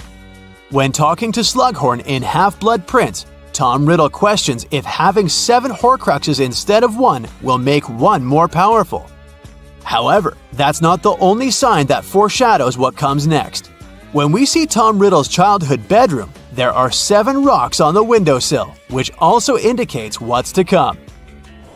One thing to mention here though, after the series ended, J.K. Rowling released information about an 8th Horcrux. Since Professor Quirrell temporarily contained part of Voldemort's soul, he acted as a temporary Horcrux. There are some other appearances of number 7 throughout the series that you might have missed. There are 7 Weasley siblings. There are 7 core magical classes. The prophecy stated that the hero would take down the Dark Lord, who would be born as the 7th month dies. In Deathly Hallows, when the Order is trying to take Harry from the Privet Drive safely, their escape plan includes 7 different Harrys. There are 7 different obstacles guarding the Sorcerer's Stone in the book. Hogwarts Castle consists of 7 floors. 7 is the age by which magic will show itself if it is present. 7 Muggles saw Harry and Ron flying in the car. The Basilisk attacked 7 entities, including Harry during the events of Chamber of Secrets. In Goblet of Fire, there are 7 keyholes on Professor Moody's trunk. In Order of the Phoenix, during Harry's trial for using magic outside of school, he was found innocent thanks to the clause 7, which stated that magic could be used before Muggles in life-threatening situations. How many of them were you able to spot before? Hogwarts is a real place. Well, kind of. You must have heard about the Harry Potter studio tour and maybe even got a chance to experience it. But several movie scenes were actually shot in real-life locations. Here are a couple of them you might want to visit next time you're in the UK. Remember the first time Harry realizes that he can understand snakes? The scene was shot inside London's Zoo Reptile House, so you can head there to test your parcel tongue skills. In the books, Hogwarts is set in the Scottish Highlands, and many of the movie's exterior shots were filmed in Scotland as well. Loch Shiel was one of those places, and it was used as the location for Black Lake. But we don't suggest that you go for a swim in it like Harry did in the Goblet of Fire. There's no risk of merpeople bothering you, but there is a risk of hypothermia since Scottish lochs can be freezing cold, even in summer. In Harry Potter and the Sorcerer's Stone, Yorkshire County's Goathland Station was used as the film location for Hogsmeade Station, where the students depart from Hogwarts at the end of the movie. Another Yorkshire one here, Malham Cove, the large curved limestone formation, which definitely has an otherworldly look to it, was one of the sites where Harry and Hermione were camping in Part 1 of Harry Potter and the Deathly Hallows.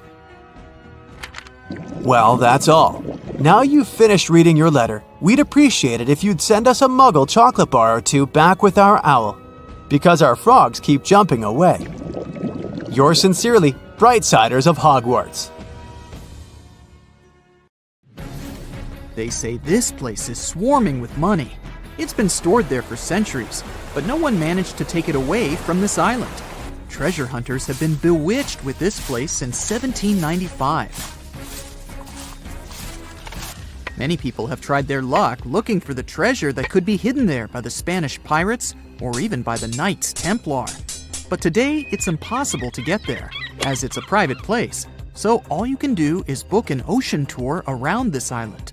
Otherwise, you can take a peek at it in a TV reality show starring the Legina brothers, Rick and Marty, who are a team of enthusiasts looking for the treasures of Oak Island in Nova Scotia, Canada. Yeah, seems like there's no place where TV producers can't get to. One of the most famous discoveries out there was the so-called Money Pit. Despite the promising name, it wasn't full of money. Now we have to jump to 200 years ago. The Money Pit was first found by a 16-year-old kid in 1795. One day, Daniel McGuinness went fishing at Oak Island. He saw a tree there. Unsurprisingly, it was an oak, and it had weird markings. They didn't seem to be natural, so Daniel decided to check the area. He then saw a sunken patch of ground and started digging immediately. His two friends helped him out, but instead of treasures, the guys only found logs placed underground at regular intervals. It looked like a place where someone could hide money or jewels, but nothing precious was found. However, there was something curious down that pit. Someone found a granite stone there, and it had an engraved inscription on it. There were many attempts to decode it, but most of them ended up in failure. There's one translation though, and it says, 40 feet below, 2 million pounds are buried. Yeah, McGuinness and his friends should have dug harder. The next fun thing about the Money Pit is the coconut fiber found down there. They say that large amounts of this fiber were found at a depth of 60 feet. It may not surprise you, but I have to remind you of one thing. Oak Island is in Nova Scotia, Canada. Coconut trees do not grow there. The nearest one is about 1,500 miles from Nova Scotia, which makes it obvious that someone brought this fiber purposefully. Researchers came up with an idea that coconut fiber could have been used to make ropes and lower all the treasures down the pit. Next up, we have not one, but two mysteries. In the late 1800s, the Oak Island Treasure Company was thoroughly inspecting and excavating the island. Everyone believed something enormous was hidden there. These guys managed to drill 153 feet underground. That's like 15 stop signs stacked one on top of the other. You might have guessed that they didn't find pounds of gold and diamonds, but they found a manuscript. There's a theory claiming that it's one of Shakespeare's lost manuscripts. Some scientists believe that it was hidden there by the writer and scientist Francis Bacon, the true author of Shakespeare's works. Yeah, rumor has it was Francis and not William who wrote all the plays and sonnets. But there's no proof it was really so. The Money Pit may be the most popular shaft on Oak Island, but it's not the only one, and it's not the first. Before the Money Pit discovery, treasure hunters were drilling at Smith's Cove. While damming there, they found a wooden piece. It was a U-shaped formation that had Roman numerals. After a more thorough inspection, the specialists realized it was supposedly dated to 1769. The Money Pit was discovered 26 years later. This fact created many speculations that this structure might have been part of the real shaft with treasures everyone was looking for. Now, look at this Templar coin. It wasn't the first discovery on the island, but it was crucial in some way. Even if it may not sound like a big deal today, In medieval times, those coins would amass an insane amount of wealth. They were typically stored in European fortresses. For the treasure hunters, this coin was a sure sign there was more to be found on the island. The logic is simple. If there's one coin of that kind, there must be something else. And they were right. It wasn't the only Templar discovery. On the southwest shore of the island, a crossbow bolt was found. Experts say it dates back to the 13th century. But, once again, that wasn't something the treasure hunters were after. Some more coins were found on the island. Rick and Marty Legina retrieved this precious piece from a swamp. The coin is made of copper, and this time, it originated from Spain. When it was found, the Legina brothers could only see the number 8 engraved on it. But later on, some experts studied this coin and claimed it was made sometime around the 17th century.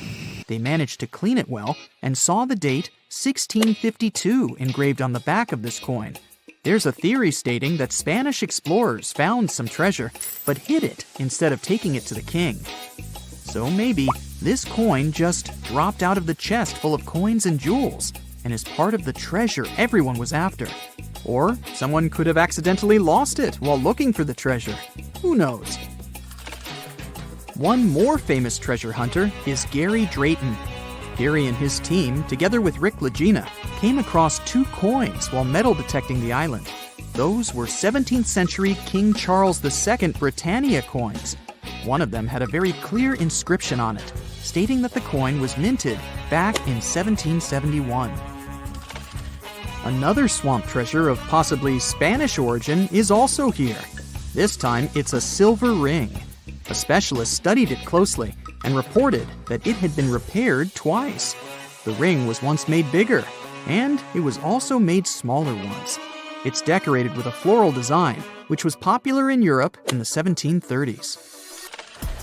Among all the other curious things, Rick and Marty Legina found a silver button at Isaac Point. The button's pretty old.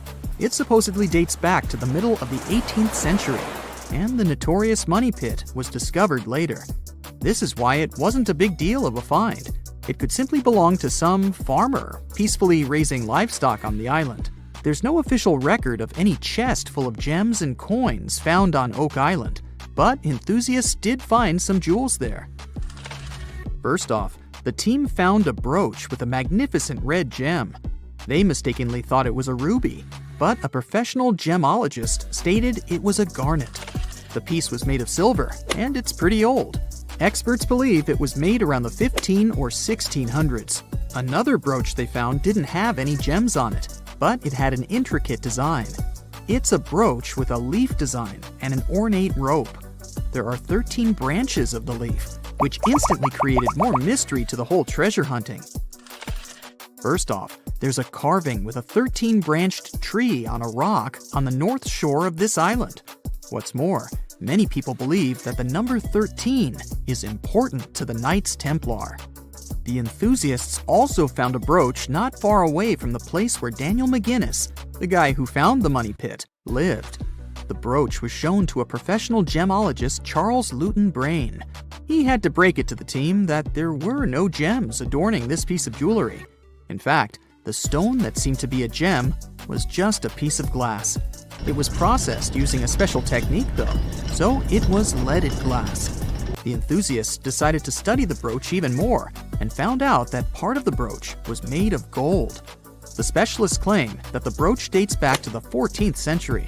Was it the treasure everyone was looking for? The conditions on this mysterious island might teach us how we can live on Mars one day. Devon Island is, to this day, the largest uninhabited island on our planet. It's located in the Canadian Arctic archipelago, and it's easy to see why people find it impossible to make a home here. The soil stays frozen throughout the seasons. The eastern part of the island is covered by a thick ice cap all year round. Summers here last for less than 50 days, and by summer, I mean that the ground is snow-free and the temperatures are slightly over 46 degrees Fahrenheit. Since almost no plants are growing here, there are no animals that could have adapted to these conditions. That's why scientists compare this island to what it would be like to live on Mars. In 2001, a project started here on Devon Island looking to discover how people might live and work on other planets, particularly on Mars. It's called the Houghton Mars Project and offered NASA scientists some unique studying opportunities. There are few options here in terms of logistics and transportation, and communicating with people living outside the island is also a bit more difficult. Specialists believe that if we can find solutions to live here, we might be able to do it on Mars too. Think of it as a home-based outer space boot camp. The Pitcairn Islands can be found in the middle of the Pacific Ocean. If you're a fan of adventures and remote places, this is the place to be. But you'll need to buckle up for quite the ride, since no plane has ever reached this place. The only way to reach the Pitcairn Islands is to take a 32-hour yacht ride. No wonder only 50 people are known to live here. Its history is really interesting too. A group of people settled here in the 18th century after a failed marine mission. To this day, all the residents of the island are descending from that initial group. Life's not easy here though. If they need to see a doctor, for example, they need to travel either to the island of Fiji or to New Zealand. Now let's head over to Mexico, where recent technology has allowed scientists to explore some fascinating cenotes, which were previously unknown. Cenotes are also called sinkholes and allow us to see subterranean water bodies. A team of archaeologists, cave divers, underwater photographers, and biologists came together to explore and document the extensive network of sinkholes located in the Yucatan Peninsula. One of the hotspots is located under the main pyramid at the Chichen Itza archaeological site. In total, scientists are looking to explore about 6,000 cenotes stretched across this whole region. The whole project is important not only because of the geological discoveries, but also because of its connection to the Mayan people and their culture. These recent discoveries revealed that for the Mayans, these cenotes weren't simple water sources. They dictated the way they built their constructions and had a huge impact on their spiritual lives too.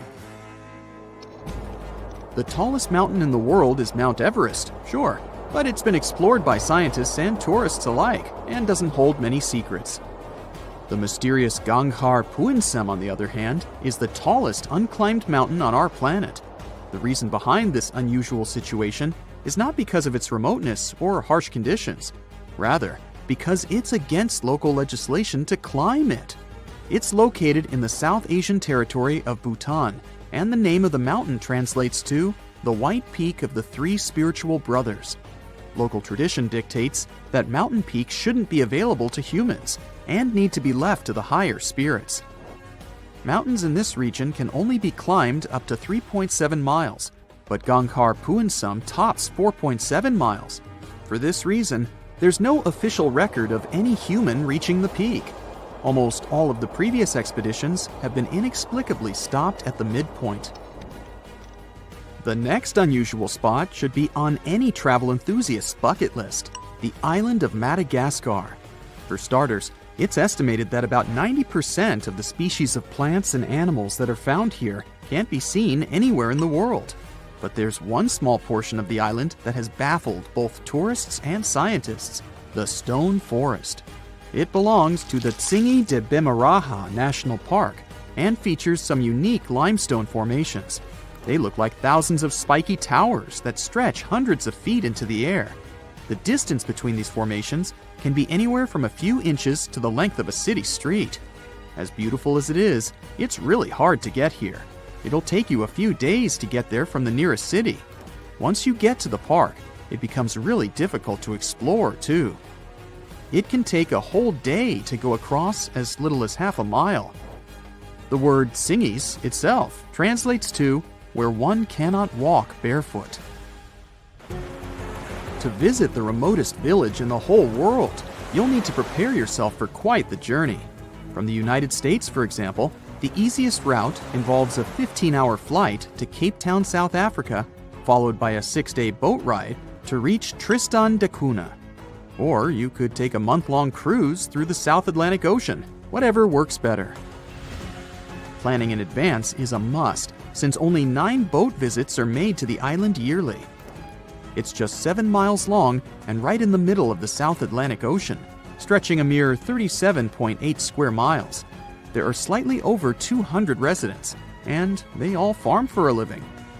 They do have internet service, but it's really slow. The people living here speak a dialect of English that is used by the fewest number of people in the world. The town of Coober Pedy in Australia is partially underground. It all began back in 1915, when opal deposits were found in the area. To this day, the town is still the biggest opal mine in the world.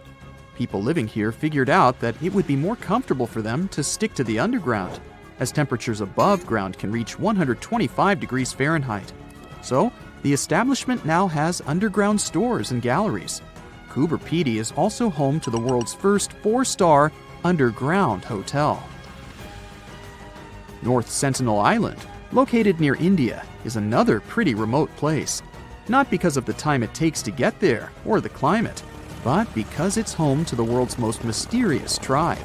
The population living here is estimated to be between 50 to 400 people and isn't known to have any contact with the outer world. This is mostly because locals don't really enjoy visitors and tend to scare them away, even harming tourists. So, to protect them and their obvious wishes, the island is monitored by the local Indian authorities. It's believed the tribe's people don't have any immunity from modern diseases, so being in contact with foreign people might actually be fatal for the locals. On these French islands, there are no native inhabitants. The Kerguelen Islands are part of the Antarctic lands and are home to just scientists that visit on rotation. At any given time of the year, there are no more than 100 people here, and they're mostly engineers and researchers. There's no plane to get you to these islands, and few tourists are known to have visited them. The island is covered in glaciers, and the soil here isn't friendly to plants or animals. But if you're curious about what this place looks like, you'll need both the money and the time to complete the trip. You can only reach the island by ship, which reaches the shores of Kerguelen only 4 times a year. It isn't cheap to stay in these islands, and you definitely won't find 5-star hotels here. The trip departs from Réunion, and it takes about 28 days to reach the first island. Half of the time will be spent at sea, so be prepared to cover over 5,600 miles of the Indian Ocean.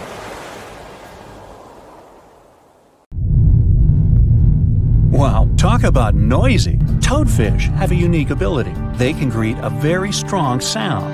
The human ear usually can't hear it, especially if only one fish is making the sound. But if many fish are making the sound at the same time, well, it's going to be hard to forget, and you may not be able to stop hearing it. Toadfish are a common part of the fauna off the coast of Sausalito in California, and every year thousands of them gather in the shoals to party and scream.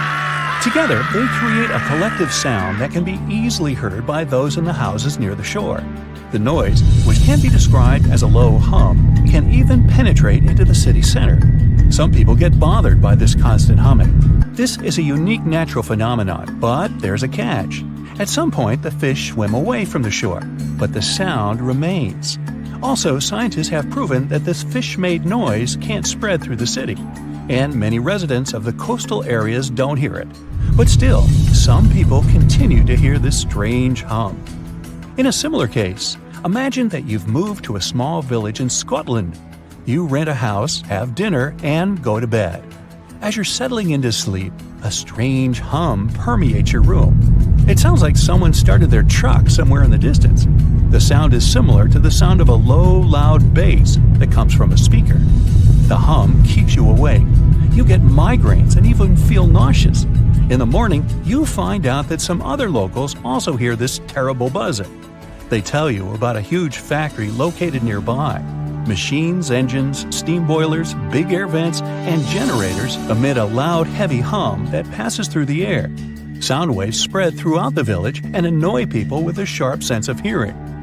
You've been hearing this sound for several days and suffering from insomnia. Then, one day, the factory goes bankrupt. All the workers leave their positions and turn off all the engines and fans. Great! You'll finally sleep in peace. But you know what? The sound doesn't disappear.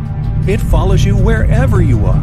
And it's not about the factory or the fish or the truck engine.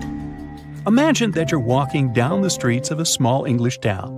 There are a lot of planes flying right above you. The hum they make follows you. Even in bed you can hear it. You wonder if there's an airport nearby. You ask the locals and find out there's not even a runway here.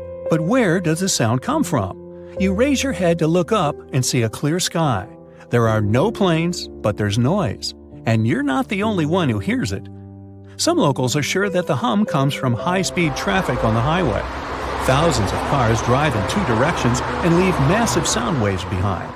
But at night, there are no cars there, and the sound remains. Maybe you're going mad.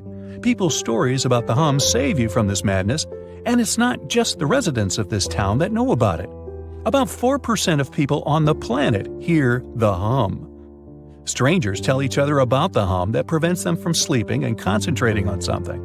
The sound follows them everywhere and doesn't stop. Some people hear it in certain places, so they move to other cities. Maybe you're hearing it right now and not paying attention. But be careful. If you recognize it once, you won't be able to stop hearing it. There's a website and a forum on the internet dedicated to the hum. People from all over the world put geolocations in places where they heard this mysterious phenomenon. You can find thousands of these coordinates on the site and even add your own. People describe different levels of noise and share their sources. Some theories say that the hum is the sound of our planet coming from the core. Someone else is sure that it comes from the atmosphere. Scientists have even been consulted, but they also don't know the reason for this phenomenon. People use high-frequency microphones and amplifiers to record the hum.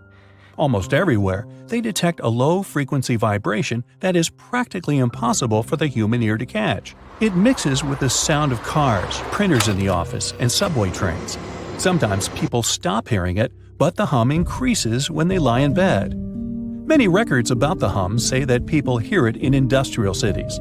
Sometimes these sound seekers manage to find the source. They ended up being factories with running generators where the sound was getting into the ventilation system and where the fans spread it outside the building. When the generator stopped working, the sound disappeared. But these are rare cases. More often, no one can find the source of hum. One of the most famous places where you can catch it is in the city of Taos in New Mexico. About 2% of locals hear a strange buzzing every day. Some tourists experience it too. Scientists came to the city to study this mystery, but found no explanation. Some theories say the usual acoustics of this place cause the hum. Some folks think it's just a hallucination or the power of suggestion. Everyone talks so much about the hum that the brain creates an illusion of a sound that doesn't exist. Locals believe the nature of the buzzing is mystical and associated with bad spirits. Whatever it is, no one has found out the truth yet. The hum that people hear all over the world may be the result of seismic activity in the tectonic plates under the ocean waters. Huge chunks of the Earth's crust are slowly moving and colliding with each other. This creates a noise that reaches us in the form of a hum. But why do only a few people hear it? Perhaps about 4% of the world's population has a unique sense of hearing. In any case, scientists haven't been able to confirm the tectonic plate theory either. Some researchers point to submarines as the reason. They use low-frequency radio signals to communicate around the world. These signals spread over the surface and can affect the human body. When the ear catches these sound waves, it reacts and causes vibrations similar to humming. This happens because low-frequency sound energy collides with the soft tissues of the skull and stimulates the auditory nerve. In fact, it's not even a sound. It's a hallucination that is created by your brain. But still, no one can confirm this theory either. Perhaps thunderstorms can create the hum phenomenon. About 8 million lightning strikes hit the Earth every day. Some impact creates a powerful electromagnetic charge. Lightning penetrates the air and makes it resonate between the Earth's surface and the ionosphere. Yeah, it sounds complicated, but the principle is simple. Imagine that you're blowing onto the neck of a bottle. Hear this low hum? Lightning works similarly with air. And that's just one hit. Imagine millions of these strikes. The sound waves spread all over the planet, and some people hear them. lightning constantly strikes all the time, so the hum never stops. In 1973, scientists put forward a theory that the reason for the hum is the jet stream shearing against slower moving air. In simple words, wind and fast airflows intersect slower ones. As a result, a whistling sound appears, and electric towers and power lines amplify it. By the way, the first reports of the hum appeared in the 70s. People learned about this phenomenon from the small British city of Bristol. Dozens of residents heard this strange noise in different parts of the town. In the beginning, they ignored it. Then the sound became increasingly more irritable. It prevented people from working and living their everyday lives. They couldn't sleep and couldn't concentrate on anything. There was a warehouse with industrial fans in a neighboring town. The locals were sure that this was the reason for the hum. The warehouse stopped working a few years later, but the sound remained. You may even be able to hear it right now if you visit the city. There are many theories about the hum, but you can reduce almost half of them thanks to one factor. Tectonic plates, seismic activity, lightning strikes, the Earth's crust, and resonating air are logical explanations. But look at all the records about the noise. People hadn't mentioned this until the 70s. If this phenomenon had appeared earlier, many newspapers would have written about it. Apparently, the hum is not a mystery of nature. Perhaps this is a consequence of all of our technological achievements. Factories, power lines, airplanes, cars, ships, trains, microwaves, and generators create an imperceptible background noise that most people ignore. We're so used to all these noises that we have forgotten what silence is. Perhaps our brain made the hum inside our heads to respond to our noisy world. If you start to listen carefully right now, what kind of sounds will you hear? Where are they coming from? And is there the hum among them? You look out the window and see the trees moving uncontrollably. The winds are so powerful, they're practically tearing down anything in the street. There are also tons of water raining down on you. You're driving as fast as you can, but suddenly your car stops. You've heard the terms typhoon, cyclone, and hurricane, but you most likely don't know how they're different. The official scientific term for all three of them is a tropical storm. While they're practically the same thing, and they form the same way, they're different depending on where they occur. Hurricanes are the ones that form over the Atlantic Ocean or the Eastern Pacific Ocean. Tropical cyclones act as giant engine turbines powered by warm, moist air and form only over warm bodies of ocean water near the equator. The warm and moist air surrounding the ocean rises and leaves low-pressure air close to the surface. In turn, the air below becomes moist and warm and also rises. The cycle goes on, with warm air pushing up and squeezing the low pressure near the surface, only to rise as warm, moist air. When the warm, moist air cools off, it forms clouds. These clouds create the tropical storms we all fear. The storms spin the same way as the Earth is rotating. So, storms to the south of the equator rotate clockwise, and storms north of the equator spin counterclockwise. The eye of the storm happens when the storm spins so fast that it actually becomes visibly clear in the center with low air pressure. But you'd have to look at it from above, which is super risky. Tropical storms normally move at around 39 miles per hour. Tropical cyclones are way faster, around 74 miles per hour. They're also known as hurricanes. If you're standing at the tip of the North or South Pole, the Earth's rotation will appear to stand still, even though the rest of the Earth is experiencing day and night like everyone else. In the poles, you have really long nights and days that last for months. Over at the equator, time moves along with the distance around the planet, which is around 25,000 miles long.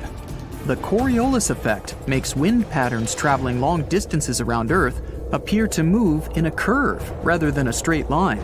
And because of the planet's unique shape, the speeds are different.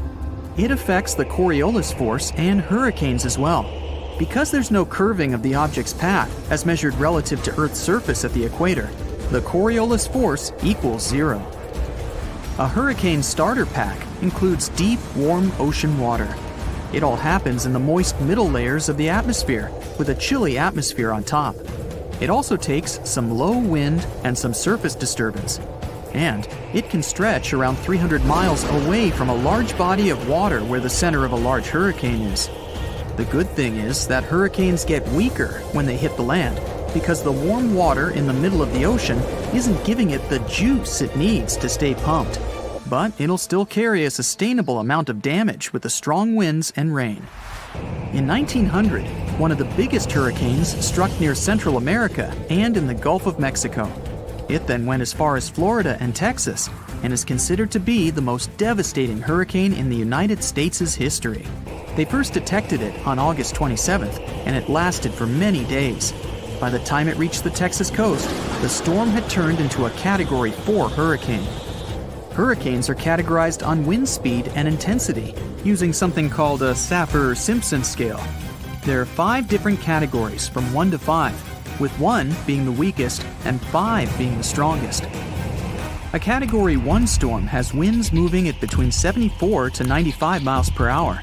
You can expect some trees to be uprooted and mobile homes destroyed. It can take out some home exterior and cause major power outages. Category 5 hurricanes speed up to over 155 miles per hour and leave nothing in their path. They can even wipe out some buildings right off their foundation. And because the winds are faster, there is more damage around its radius. Another thing to expect is lots and lots of flooding. The people of Galveston had less than 4 days to prepare for the arriving storm that even stretched out to Oklahoma and Kansas with 20-foot flash floods. The Great Hurricane then made its way to the Great Plains and turned towards the Great Lakes, New England, and reached southeastern Canada. The storm was so bad that more than 3,600 homes were damaged, even though they were sturdy enough to withstand the storm. Given the population numbers back then, it was equivalent to hundreds of thousands of houses destroyed, if not millions. The total property damage was around $30 million then, which would be a lot more now because of inflation. After the devastating storm, the people of Galveston built a 3.5-mile seawall and raised the whole city level by as much as 16 feet. Eventually, they raised the seawalls to 10 miles, just in case. If a storm like the one in Galveston struck in modern times, there wouldn't be enough places for everyone to hide. The population has increased significantly all over the areas where the storm struck back in 1900. So, imagine yourself sitting in your car and getting the breaking news. It says a storm has just hit the Gulf of Mexico and east of it near Cuba. No biggie, since you're all the way in Texas. So you drive back home. There's plenty of people at gas stations and in supermarkets. The news now states that the storm will likely gain momentum and strike right where you live. Okay, now it's time to panic. You want to get some stuff to prepare for the incoming storm, but all the shelves are empty by now. Everyone is pushing and shoving like at a rock concert. You grab whatever you can find and make your way back to your car. You're lucky enough to purchase some extra gallons of gasoline, just in case. You drive from supermarket to try and get some stuff, but you're out of luck. Finally, you find a place that still has some essentials. You start stocking up your shopping cart when the local news urges everyone to evacuate. You only have a matter of hours to leave. But you left your dog at home! You rush against the traffic to get there. Your entire neighborhood is completely empty. You fetch your precious pooch and grab some important things before leaving. There's just a little time left, and you can already start to feel the winds picking up and the ocean nearby. The news tells you the hurricane has already struck Florida. You get in the car, but it won't start. Since you were driving so fast, you didn't realize that you emptied your gas. Good thing you got those extra gas cans on the way. With half a tank, you can get out of your city and into a safe place where everyone is going. The winds are getting stronger. There's no way you're going to outrun this storm. There's no one in sight since they all left early. It starts raining heavily. You can see some trees swaying like crazy. Finally, you find something that looks like a large shelter. You reach it to find out that it's just an abandoned mall. And then, the worst happens. You realize you've been going in the wrong direction all this time. You get out of the car for a bit to stretch out and see which road to take. The winds are so strong that you go back to the car only to find out that your dog ran off. You can't find her anywhere. You drive around and call out her name, but she doesn't respond. You see her standing behind some bushes barking. You run down to her and discover that she has found a cool underground abandoned shelter. The winds have now reached a dangerous point where you can't drive anymore. You gather your stuff and head down. It's complete with everything and even has a bed. You can hear the winds and rain above you, but you're snuggled up with your dog. The next day, you get up and see that your car has been tossed over to another road, and there's not a single tree in sight. But hey, you can at least be happy you survived one of the strongest storms in the world. That's it for today. So hey, if you pacified your curiosity, then give the video a like and share it with your friends.